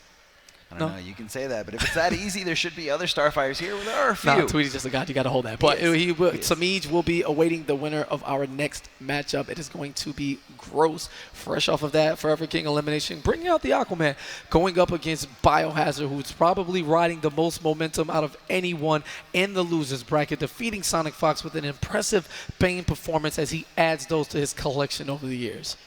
I mean, what a place to really showcase that Bane, right here in the wrestling ring, right here at CEO 2018. And all of these men putting in massive work today. 3 O's and 3 1s across the board. Everyone not choking, no clutching, no heartfelt. We're not dealing with this nonsense, but we are inching closer to the end. Let's see how these guys handle it as they get set up. BioHazard, once again. Will he start Bane? We all know Gross has the Green Lantern in the pocket, comes out on rare occasions. It's like family-made special character. But running the majority of this tournament with Black Adam. Let's see if they stick to their guns.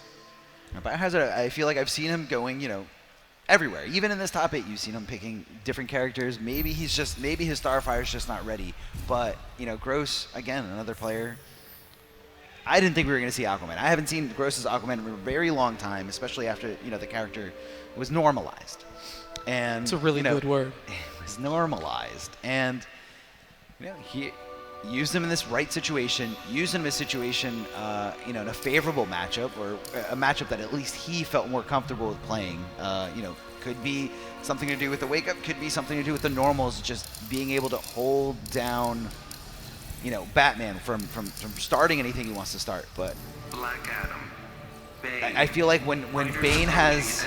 Well, here we go. We're going to have Black Adam and Bane. Black Adam, known for not really having too much in the department of wake-ups, but excels in every single other department, in mobility, in damage. You know, this character has almost all, but, you know, how much easier is the job going to be for BioHazard if he can hold down a character with no wake-up? That's got to be going through Gross's mind, but I think he's confident enough in his defense that he can see things coming a mile away.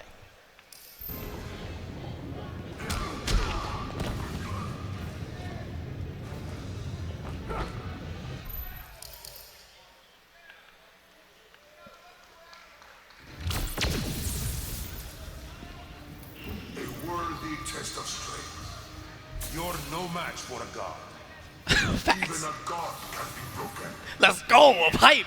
Bane is ready to get the job done for him. Eats a forward 1-2 to the face. The god showing that he is no match instantly as Gross maxes this damage out. 433 damage in the boot stomp to the chest.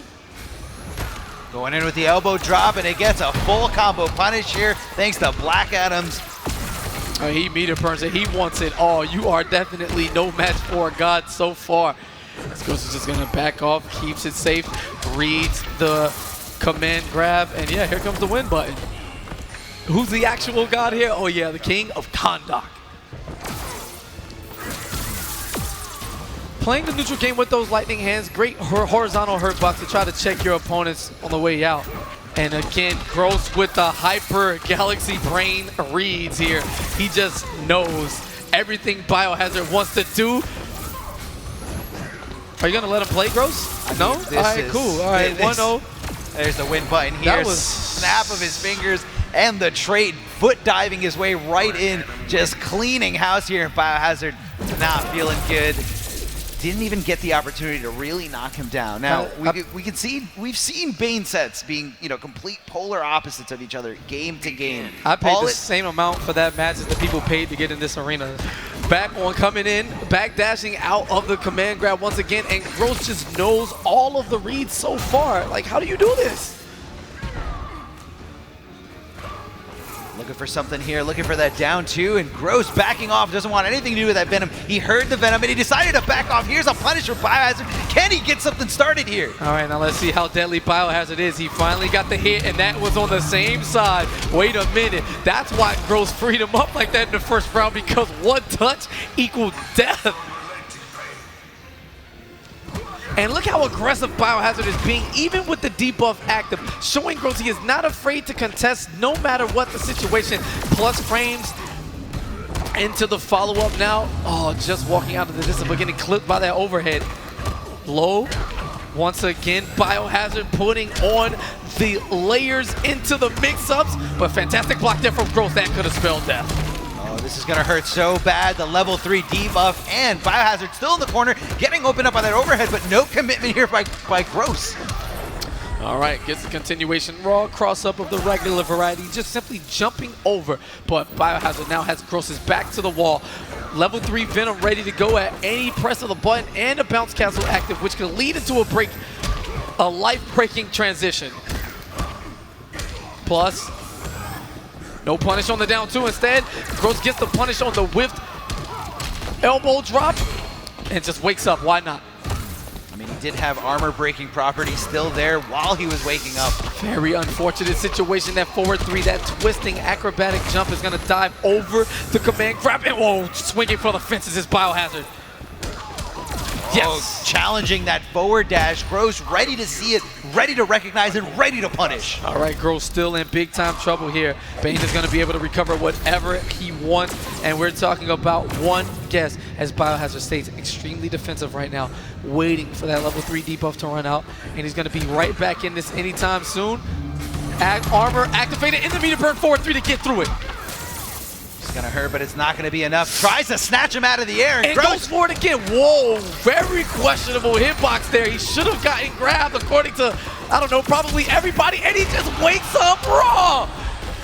What a decision from BioHazard. Risks it all on that Venom uppercut, which is full combo punishable by the entire cast, and he just knew Gross would press a button in that situation.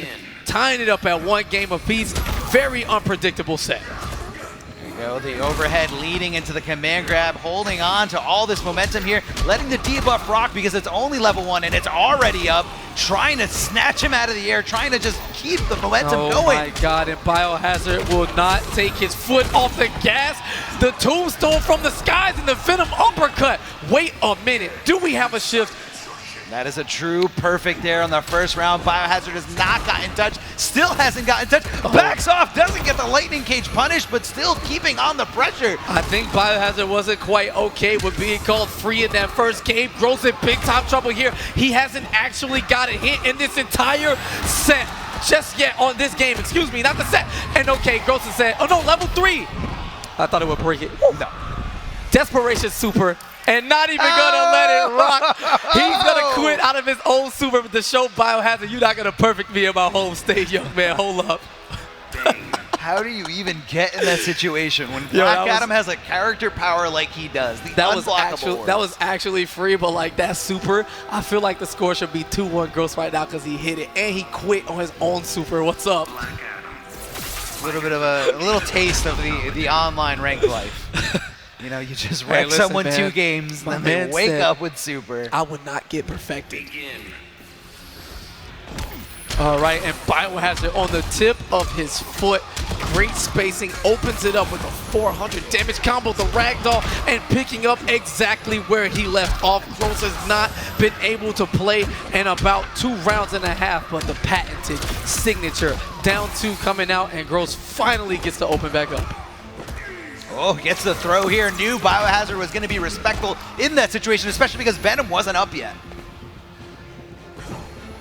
Looking for something here. Gets the end of the string. BioHazard just didn't believe he'd commit to the whole thing. Very scary situation there with that dash up. Gross keeping it plus now. A lot of respect. Dashing up into the 4-3. Whiffs that. Background bounce. This should be a big meterless combo. Doesn't need to expend any resources. 400 and a full screen presence.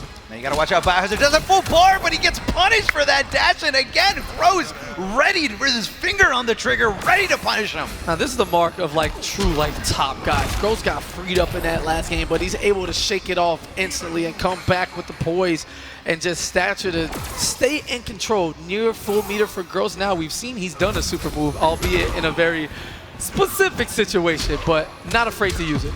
Can we talk about that trade BioHazard had with that down 2 totally in his favor? And Gross just wanted to stop the momentum here, wanted to reset it back to the neutral, using 2 bars to get 25% back and a little bit of breathing room, a little bit of real estate, and of course, forcing that debuff, taking a little extra chip there in that situation. All right, both patience for both men checking with the lightning hands. Gross trying to counter that down 2, but it follows with the command grab on the cancel, and there's the push block. Doesn't want anything to do with the post string guess, and now to the corner we go, left side. Meter burn forward 3, plus frames. Gross taking advantage. Great throw break from BioHazard. A great interactable there, just wanted to get him off, and again, the forward dash. Gross! I do not falter. Very important situation here. No clash for BioHazard. Any touch. Gross is going to be able to capitalize into the setup. Checking him with that low lightning. Getting as much chip damage as he can. And that's 4 punishes in a row on BioHazard dash attempts.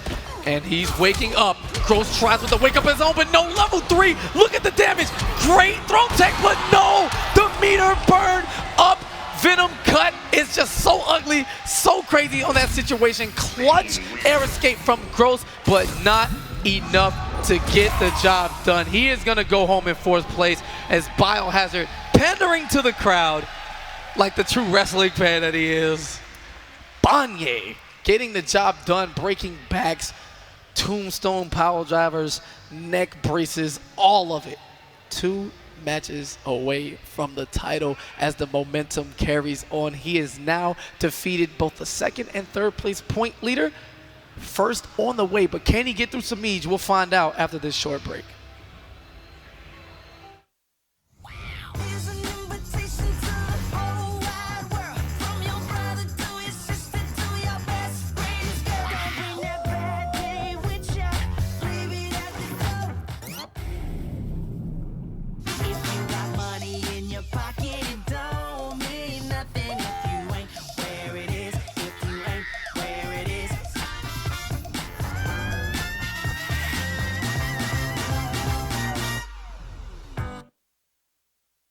And welcome back to CEO 2018. For those of you who don't know, this is now the BioHazard show. He is definitely the crowd favorite right now. Granted, Tweedy is definitely playing super impressive and just poised and clean and just mopping, but this is without a doubt. The Bane train is running wild through Daytona Beach to see just how far the young man can take it. Going up against Semiij now to try to spoil a noble grand finals is BioHazard, riding the momentum. Now, we talk about when we get into this section of like the losers and top 8, when you can keep playing, you're just fresh and hot, and everything is going in your direction. Can Semiij put a stop to it? You know, his set against Tweedy was more about mental mistakes. Sure, You know, in terms of just straight up, you know, gameplay. He just didn't capitalize on the things that separate top players from the rest of the bunch, and BioHazard has been on top of all of that. Yeah, no, definitely clutching it out in all those tight situations here. And, you know, you can even go back and look at Semiij's set against Tweedy and just, you know, specifically pinpoint out key mistakes that could have really altered that set. And, you know, it could have been Tweedy in this situation here in losers. But that's not the case. Instead, Semiij here fighting for his tournament life against BioHazard in the lower bracket. And BioHazard feeling fresh and really composed. And especially after that first loss against Gross, it was so dominant and so oppressive, so one-sided, and BioHazard didn't even really take too much time to think about it, just went right into rematch, right into the game, and cleaned him up 3, the reverse 3 out. Well, if that's how you want to play this. Begin. This Bane gear, man, it's so good and remnants it of the Gross set. Doesn't quite get the combo, but again, that max range down 1, tipping the toes of our beloved cat lady. Here's a second chance at it, goes for the forward 3 instead. Keeps it basic, looking for the chase down, and great cancel on that string so he doesn't commit and get whiff punished. You know, good recognition there by BioHazard, really the trait of a top player in the hit confirming department. All right, taking his time. Wow, and the big bait from BioHazard. Here's the bounce cancel. The Venom runs out, so he's not going to get the entirety of the damage, but I mean, I'm not going to get mad at 520. We'll take it. Why not? It's just level 1 debuff, not too much to really, you know, worry about here. Oh, and not far enough. Using the interactables to kind of maneuver around the stage is Semiij, but BioHazard, just patient as ever. Has the life lead, dashes up, and gets rocked by that back jump 1. Background bounce. Oh, a little bit of a drop here by Semiij. Possibly needs to adjust for the bigger hitbox that is Bane. All right, that back 2 with the connection into the trait, trying to crack him with that whip. Let's see how good the Venom works. Jump in. Great backdash from BioHazard. Not going to deal with any pressure in back-to-back situations. Dash forward, and Semiij immediately jumping out, wanting nothing to do with those armored specials. Oh, the down 2 into the command grab, the dig throw, and he goes to level 3 just to make sure it does enough damage to kill. And he just came off a debuff. Great recognition from BioHazard to crank it on up and max that damage out to secure that first life bar. Great whip punish there, keeping her in track right behind the background bounce, hovering it around, and yeah, commits a little too early, but no punish from Semiij. Semiij tying it up here, not letting BioHazard get too far away with this lead. Semiij does have a lot more meter to work with. So, you know, once he does get that hit, it's going to be a cat dash or possibly another meter burn back 3, just like we saw there. Yep, and armors through the gap in the string. Venom is active and ready. A little too early this time. 2 hits on that stand 3, that heavy kick from Catwoman as we go into the corner. Now, this is where Semiij has shined throughout the entirety of this top 8. Again, the tick throw and meter burning it to put her on the other side. Put her a little close to the corner, and she's got the audacity to swing on Wake Up. Semiij, the machine. Cross up, bounce cancel, unclashable all across the board, and Semiij not choking that one away. In fact, feeling at home in the corner, both offensive and defensively. We saw a slick, short delayed Wake Up to come in between the Biohazard pressure, which led him to the combo to open up the rest of his offense. Completed it. One guess, Biohazard couldn't quite see it. Super ambiguous on that jump in, and he was able to see the hit confirm on the stand 3, bounce cancel into a W. We're staying on the same stage here. I think BioHazard does like the background bounce, that down 1, great range, great startup, and you know the fact that it can combo into the background bounce means great damage. All right, so also the interactable is not quite cool with the decor, and that time, instead of trying to jump away, the meter burn back 3 in between the tick grab setup. 2 hits as BioHazard is getting a little antsy, throwing out assist moves to armored moves to escape, but still in the corner.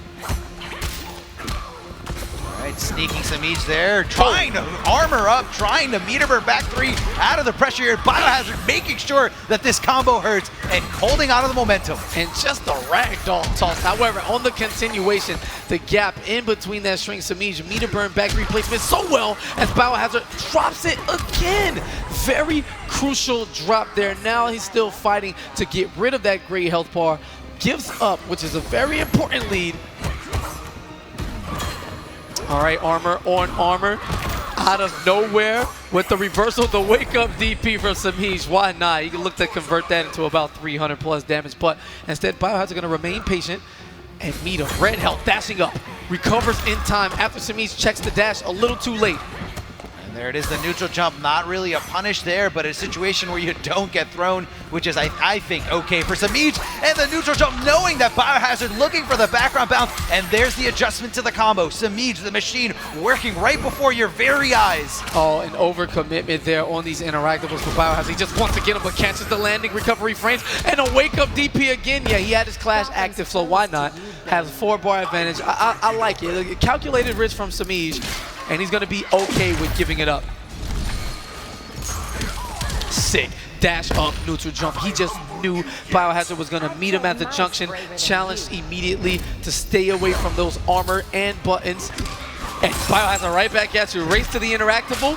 But again, that floaty jump from Bane. Easy anti-air. One mix-up, and this is going to equal death. But we know how much damage Bane does. If BioHazard can build the meter for that bounce cancel combo, this could actually spell death. It could. Never really safe there, but Semiij playing it as patiently as he possibly can. Neutral jumping with that jumping whip is jumping too normal. And, you know, just waiting for BioHazard to hang himself in that situation. All right, thinking about it, momentum slowing down. Semiij looking to pick back up as we are in the losers finals of CEO 2018, the second stop on the IPS Pro Tour Season 2. The champion, the points leader, the man to be awaiting the defense of his throne. Semiij looking to secure this and end this with a 3-0 victory.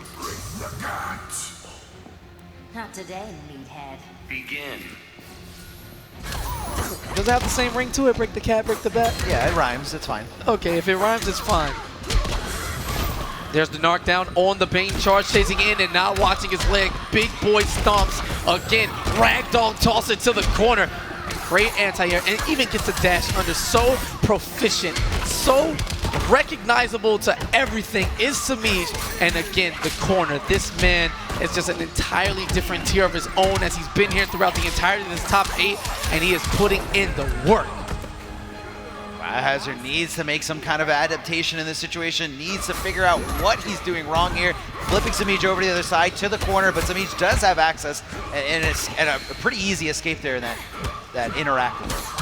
But doesn't need it, instead just waiting for the whiff. Enjoy your suffering. You get you're crazy, right? Even in this situation, I don't know how to feel. I mean, he thought that Semiij was going to go for it. He thought Semiij had the meter to spend. He was going to get aggressive, and it was the wrong call. Yeah, but when a woman tells you that you know you're crazy, right? It's like, what do you say? You can't have a return clash pull. It's just you lose automatic. I had a woman tell me I was crazy today, and I'm just lost in the whole conversation. Maybe I should try what Bane does and powerbomb people, but I'm just not as strong. As BioHazard secures that gray health bar, trying to figure things out, armored up. running up close once again. Powerbomb plant into the ground. And Semiij a little, I won't say spooked, but a little more reserved here as he knows he's one health bar away from advancing to the grand final. Wow, home run there. Command grab for full screen, essentially. And Semiij, a lot of neutral jumping here, just like we saw at the end of the last game. Just waiting for BioHazard to run into the whip, not really trying to be the aggressor in the neutral. Just, just waiting for it right there, jumping back. Because there's not too much Bane can do in that situation. He will take that trade, though, and he will drag you to the corner. Ragdoll right to the ground, and he saw it coming. He saw it coming. Is this going to be the end for Semiij? Big trouble for Semiij here. Uses the invincibility on the interactable to escape back to the wall. What's it going to be? Debuff. BioHazard now playing the escape game, trying to run away, looking for an opening, and the Venom is back. Now what you want to do, Semiij? What's up? Semiij always a threat when he's got so much meter, that he can do the cat dash, and it will be pretty much over for BioHazard, especially if he doesn't time his air escape right. The patience from both of these men, the level of respect so high right now, and BioHazard's gonna take the bait now, looking for that command grab so far, but will he survive? Drops out of the combo, but the backdash gets eaten alive by the interactable swing, and a 3-0 to send BioHazard home in third place. He gives us the, he tried. But he's going to fall just shy of the grand final where we are going to get the rematch between Tweedy and Semiij. And a very smart move there by Semiij towards the end. He knew that BioHazard had 2 bars for the air escape, and instead of going for the regular back 3 in that standard Catwoman B&B, he went for the meter burn back 3, taking away the option from your opponent to air escape once they get launched by meter burn back 3. So Semiij all over it, had those resources to use, and came out the victor. A clean 3-0 victory over BioHazard. Maybe a few tight situations there, but for the most part, I feel like Semiij was in control. Is Tweedy gonna win back-to-back majors? He could. Is Tweedy actually gonna do this? He's in the position. We're gonna start the Pro Series off Tweedy. Is Tweedy gonna win Biennality? Tweedy's gonna win EVO? He's gonna win NCR? Gonna win the whole thing? He said it was not season 1, and that was his message. Not only has he delivered on that, he's put the extra stamp on it on top of it as well. There's no denying he might actually be the best, period, overall. Especially if he wins this. I don't think you can question it in this time. I definitely don't think so. Looking really confident this time, eye on the prize. Last time Tweedy, this time, a year ago, maybe he was looking for the online route to make his way into E-League. Didn't pan out, but he was focusing a lot on a lot of online play, not really going to the later Pro Series events. But I feel like that time gave him enough to really look within himself and see what it's going to take for him to be the best. And he had all the prep time he needed, clearly. Winning Combo Breaker here in the Grand Finals on the winner's side against an opponent that he's already defeated, an opponent that he is knocked into losers himself. He is feeling really good, and this is going to be a this could be easily a back-to-back victory from Tweedy. Now, can Semiij, pick up the pieces? Can he, look back on that winner's final set and say, I made a few mistakes. I know I made a few mistakes. I didn't get outplayed in a lot of situations. I just got to cover it, and I can take this victory. I can take this victory over Tweedy. Either way it goes, the trophy is going to return home to Noble Esports tonight, and it's going to be Starfire once again. Tweedy looking to seal the deal, avoid a reset, and go home as the CEO champion.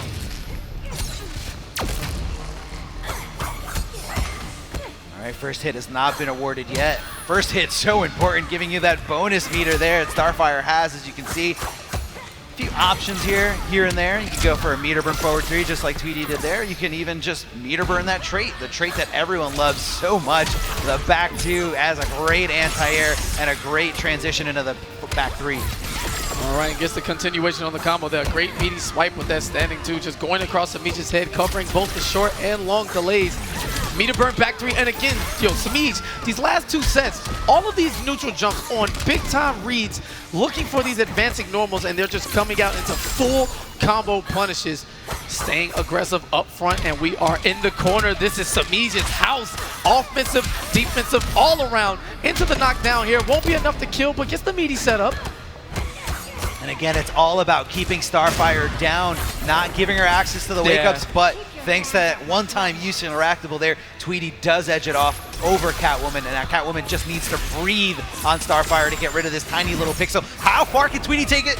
Not too far, says Semiij. Hear me roar.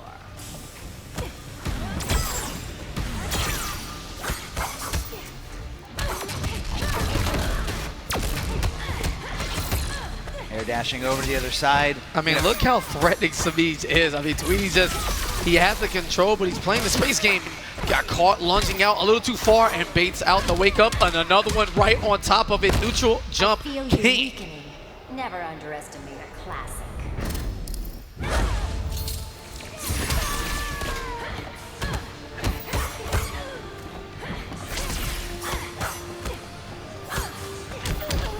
All right, catches him. Not poised. Ready to just walk back after the poke with that standing three. I mean, not the standing three, but going low. And pokes, just gonna trade him out. Plus frame, staying on top. Neutral jumps. Back three, chasing down the back. And again, a whole entire sequence where Semiij refuses to clash in the situation. And now he may not get another chance, but instead cracks the whip on Tweedy. That is one game up, 5 to go, as he needs to successfully complete a reset first and then win another first of 3 on top of that. Yeah, so since Tweedy is in winners of this Grand Finals, he's got 2 tournament lives left. Semiij needs to win 2 sets to secure that CEO belt. All right, Wake Up Interactable. Take a little invincibility with some unblockable on top of it.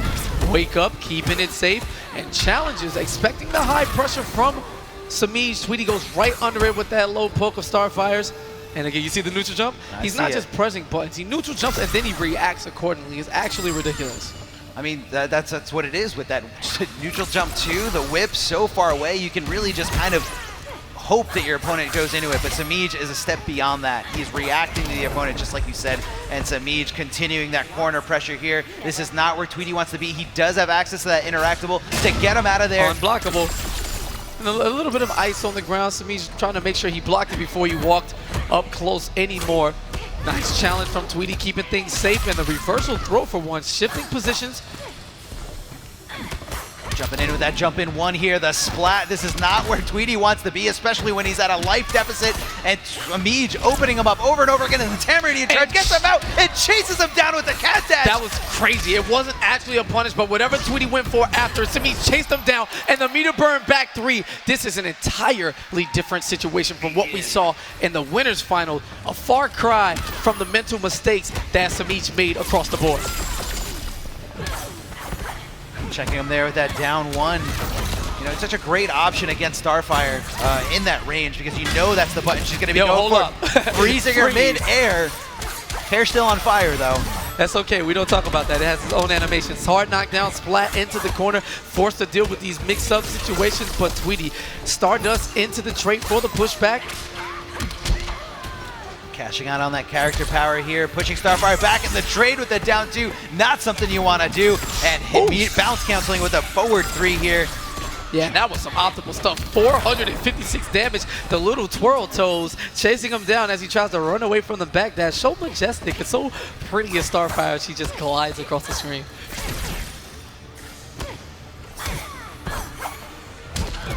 Boosts forward 2 right to the face, getting tossed back the other way. Tweedy trying to get the spacing game up once again, but a hyper-aggressive Semiij is going to go right under that back 2. That Stardust is going to do nothing in the air. Hard knockdown, not enough for the kill, but chip damage, no. Tweedy wakes up, and Semiij right back at you with the DP. Uppercut to uppercut. Semiij right now in a great position here. Tweedy with his back up against the wall, and we've seen how impressive Semiij has been on the knockdown against Starfire, so Tweedy wants nothing to do with it. Yeah, what a whiff punish in that situation. A lot of recovery on back 3s and forward 3s when they whiff, and an easy grab for Semiij as Catwoman has one of the better, advancing normals for that forward 1. So good.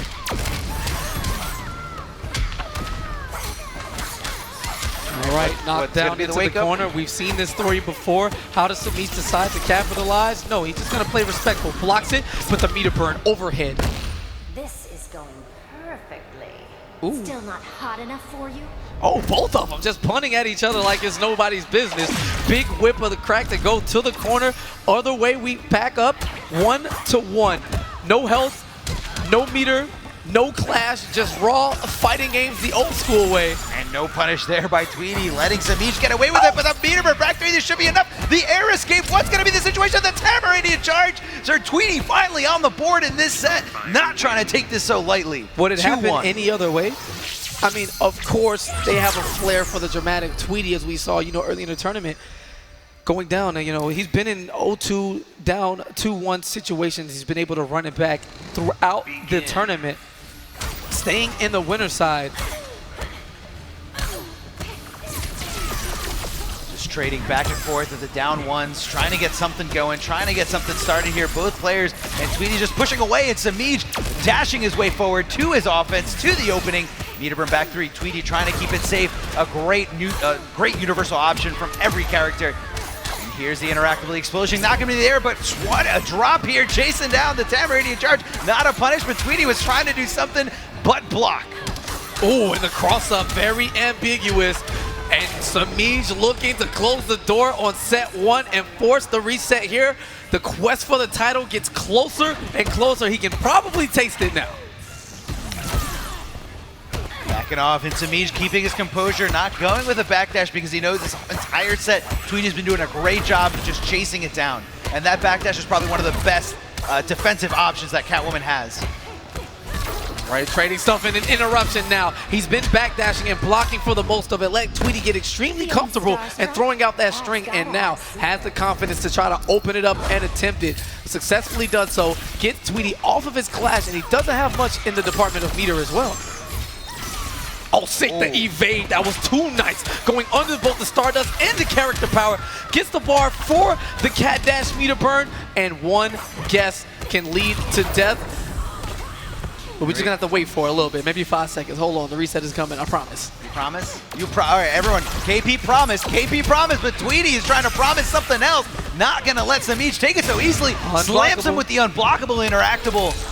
And just catches him not blocking right there in that perfect situation. But here we go, one combo away, the whip of the Semiij going into the reset. Look at him, he's bouncing. My man is focused, he's not shook. He ain't gonna look at his phone for what? There's nothing right there anyway. And Tweedy, look. A little crack there? How do you feel, Tweedy? Not even close. Makes a little smirk there because he knows what's happening, but again, this is still a fresh slate. He's proven that he can beat Semiij as he did so in the winner's bracket, but Semiij right back at it, carrying on. Pretty decisive 3-1 set there, but again, Tweedy taking his time, trying to meet him in the air. You're seeing neutral jumps of his own, not taking too many risks, and going for the more guaranteed Stardust cancels in the trade so that Semiij can't counter poke in between it. Go, Tweedy looking like a great look. This is a whole new set. Really, Tweedy needs to leave the past in the past and make it happen here.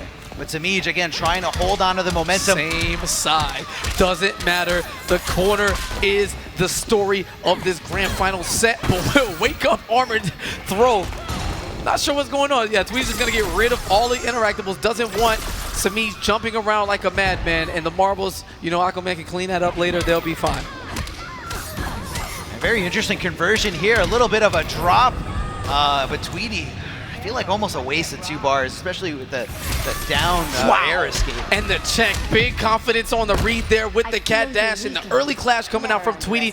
Semiij just gotta love his positioning and what's going on here so far. He gets one touch, he has the meter for the cat dash, and Tweedy's walking back, inching ever so closer to the corner, which has been his domain. And I'm gonna keep drilling that down your head, man. It's just so much of his offense as he eats a face full of water. Cool off, baby, cool off. Limited supply of water here down in Atlantis, but you only get one chance of that interactable, and Semiij knows it's no longer in the picture. He's got the offensive here. And hits the Tamaranian charge. And that is going to be death. And Tweedy with the quick restart. And you can see the people in the crowd going hype. Fist pumps galore. They want to see the young man defend the state of Florida. And Semiij, again, so much momentum. Currently 4-1 overall, counting the reset. And Tweedy is falling apart at the seams. We are already in the corner, going for the low.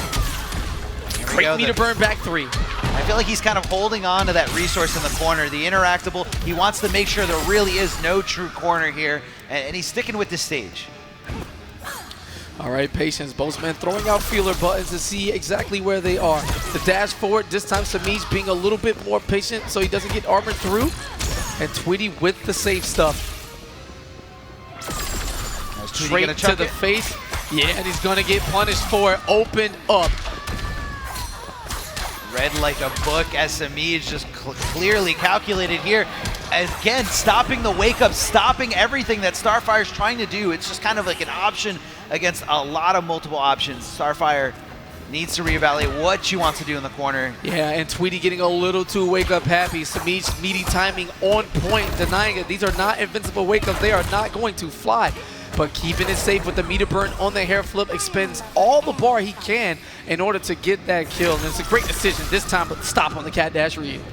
All right, getting rid of that first marble and actually got some unexpected damage there. Semiij did not block it, possibly trying to avoid it altogether. Not worth the risk if you ask me. I feel you weakening. I can't be tamed. 2 bars to 2 bars. Semiij, Tweedy holding on to that last bar because he knows how much damage it's going to take, and he knows if he just can keep it unclashable, he's going to be in a great situation. All right, and catches him on the challenge. He's going to get his down one out first. Negative frames coming into play here.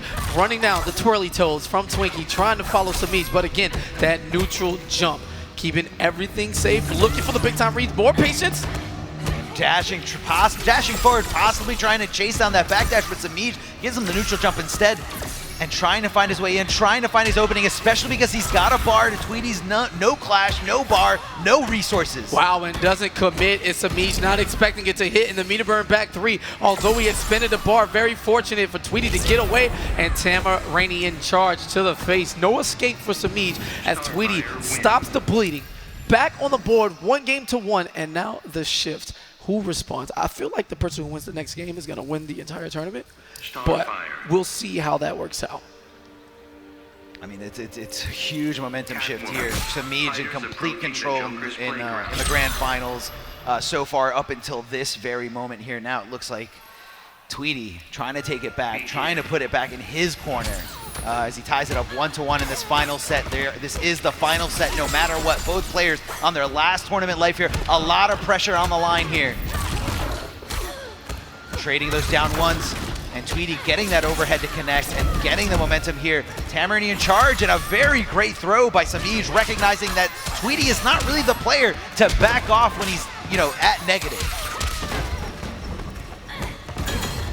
Yo, 3 hits of armor on that meter burn interactable. Will take a ride through the carnival. Oh, wow, very crazy situation there. Jumps over, retains the plus range, but Tweedy's still going to be patient. Nice chase down of the backdash. We are getting to the 3rd and 4th levels of Yomi here with the reads.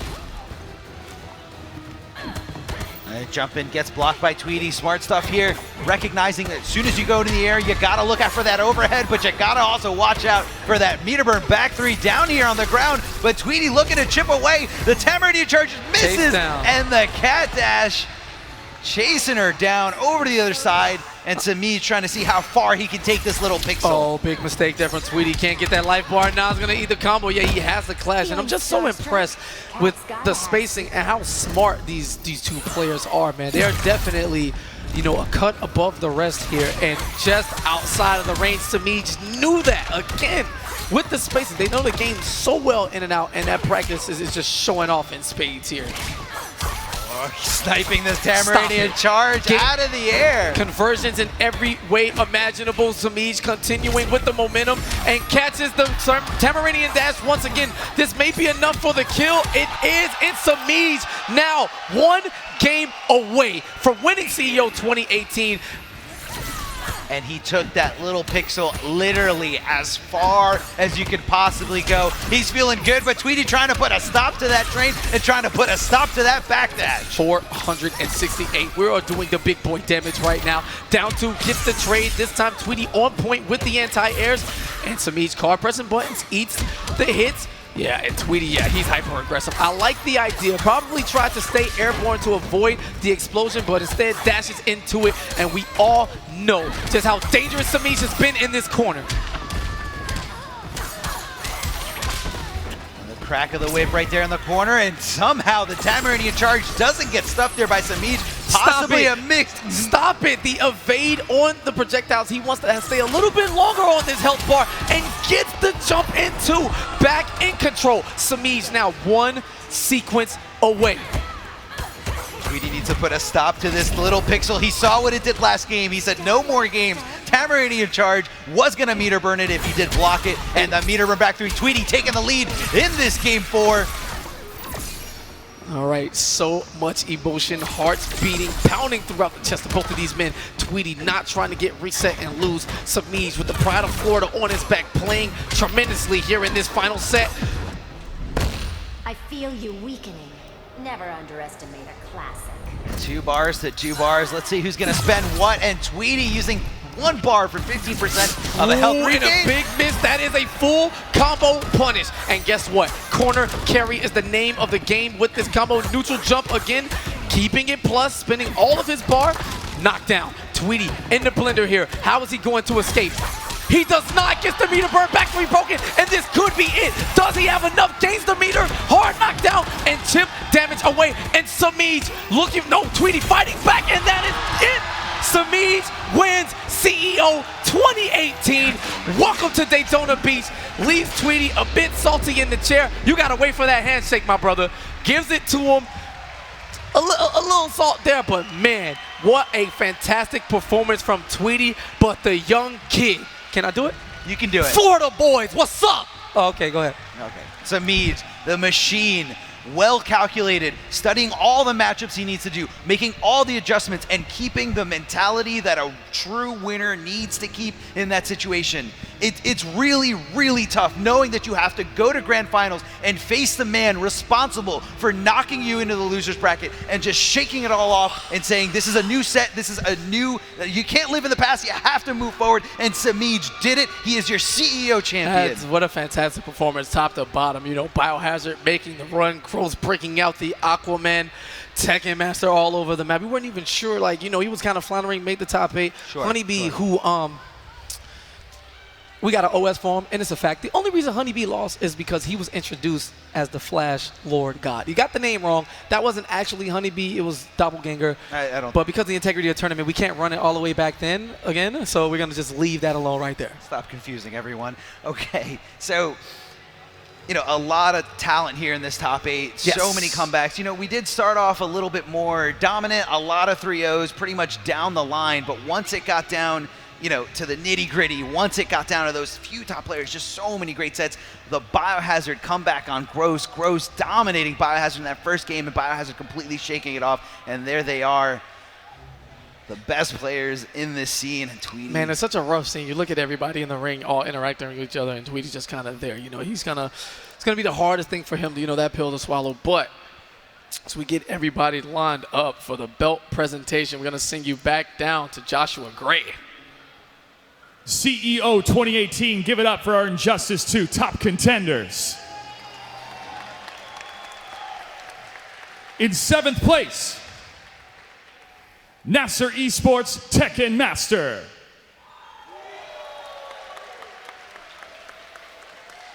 In 7th place, Beast Coast HoneyBee.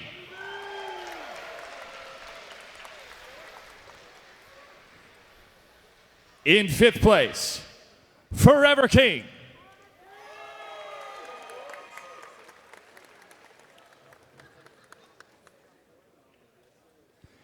In 4th place, DR Gross.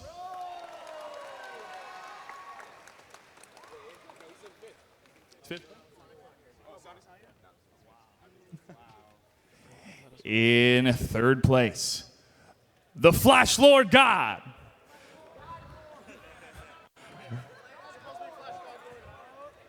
Beast Coast, huh? BioHazard.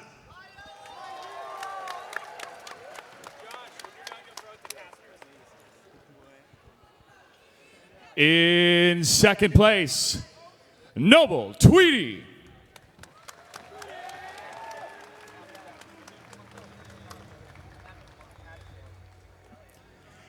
And in 1st place, Florida's own Noble Semiij.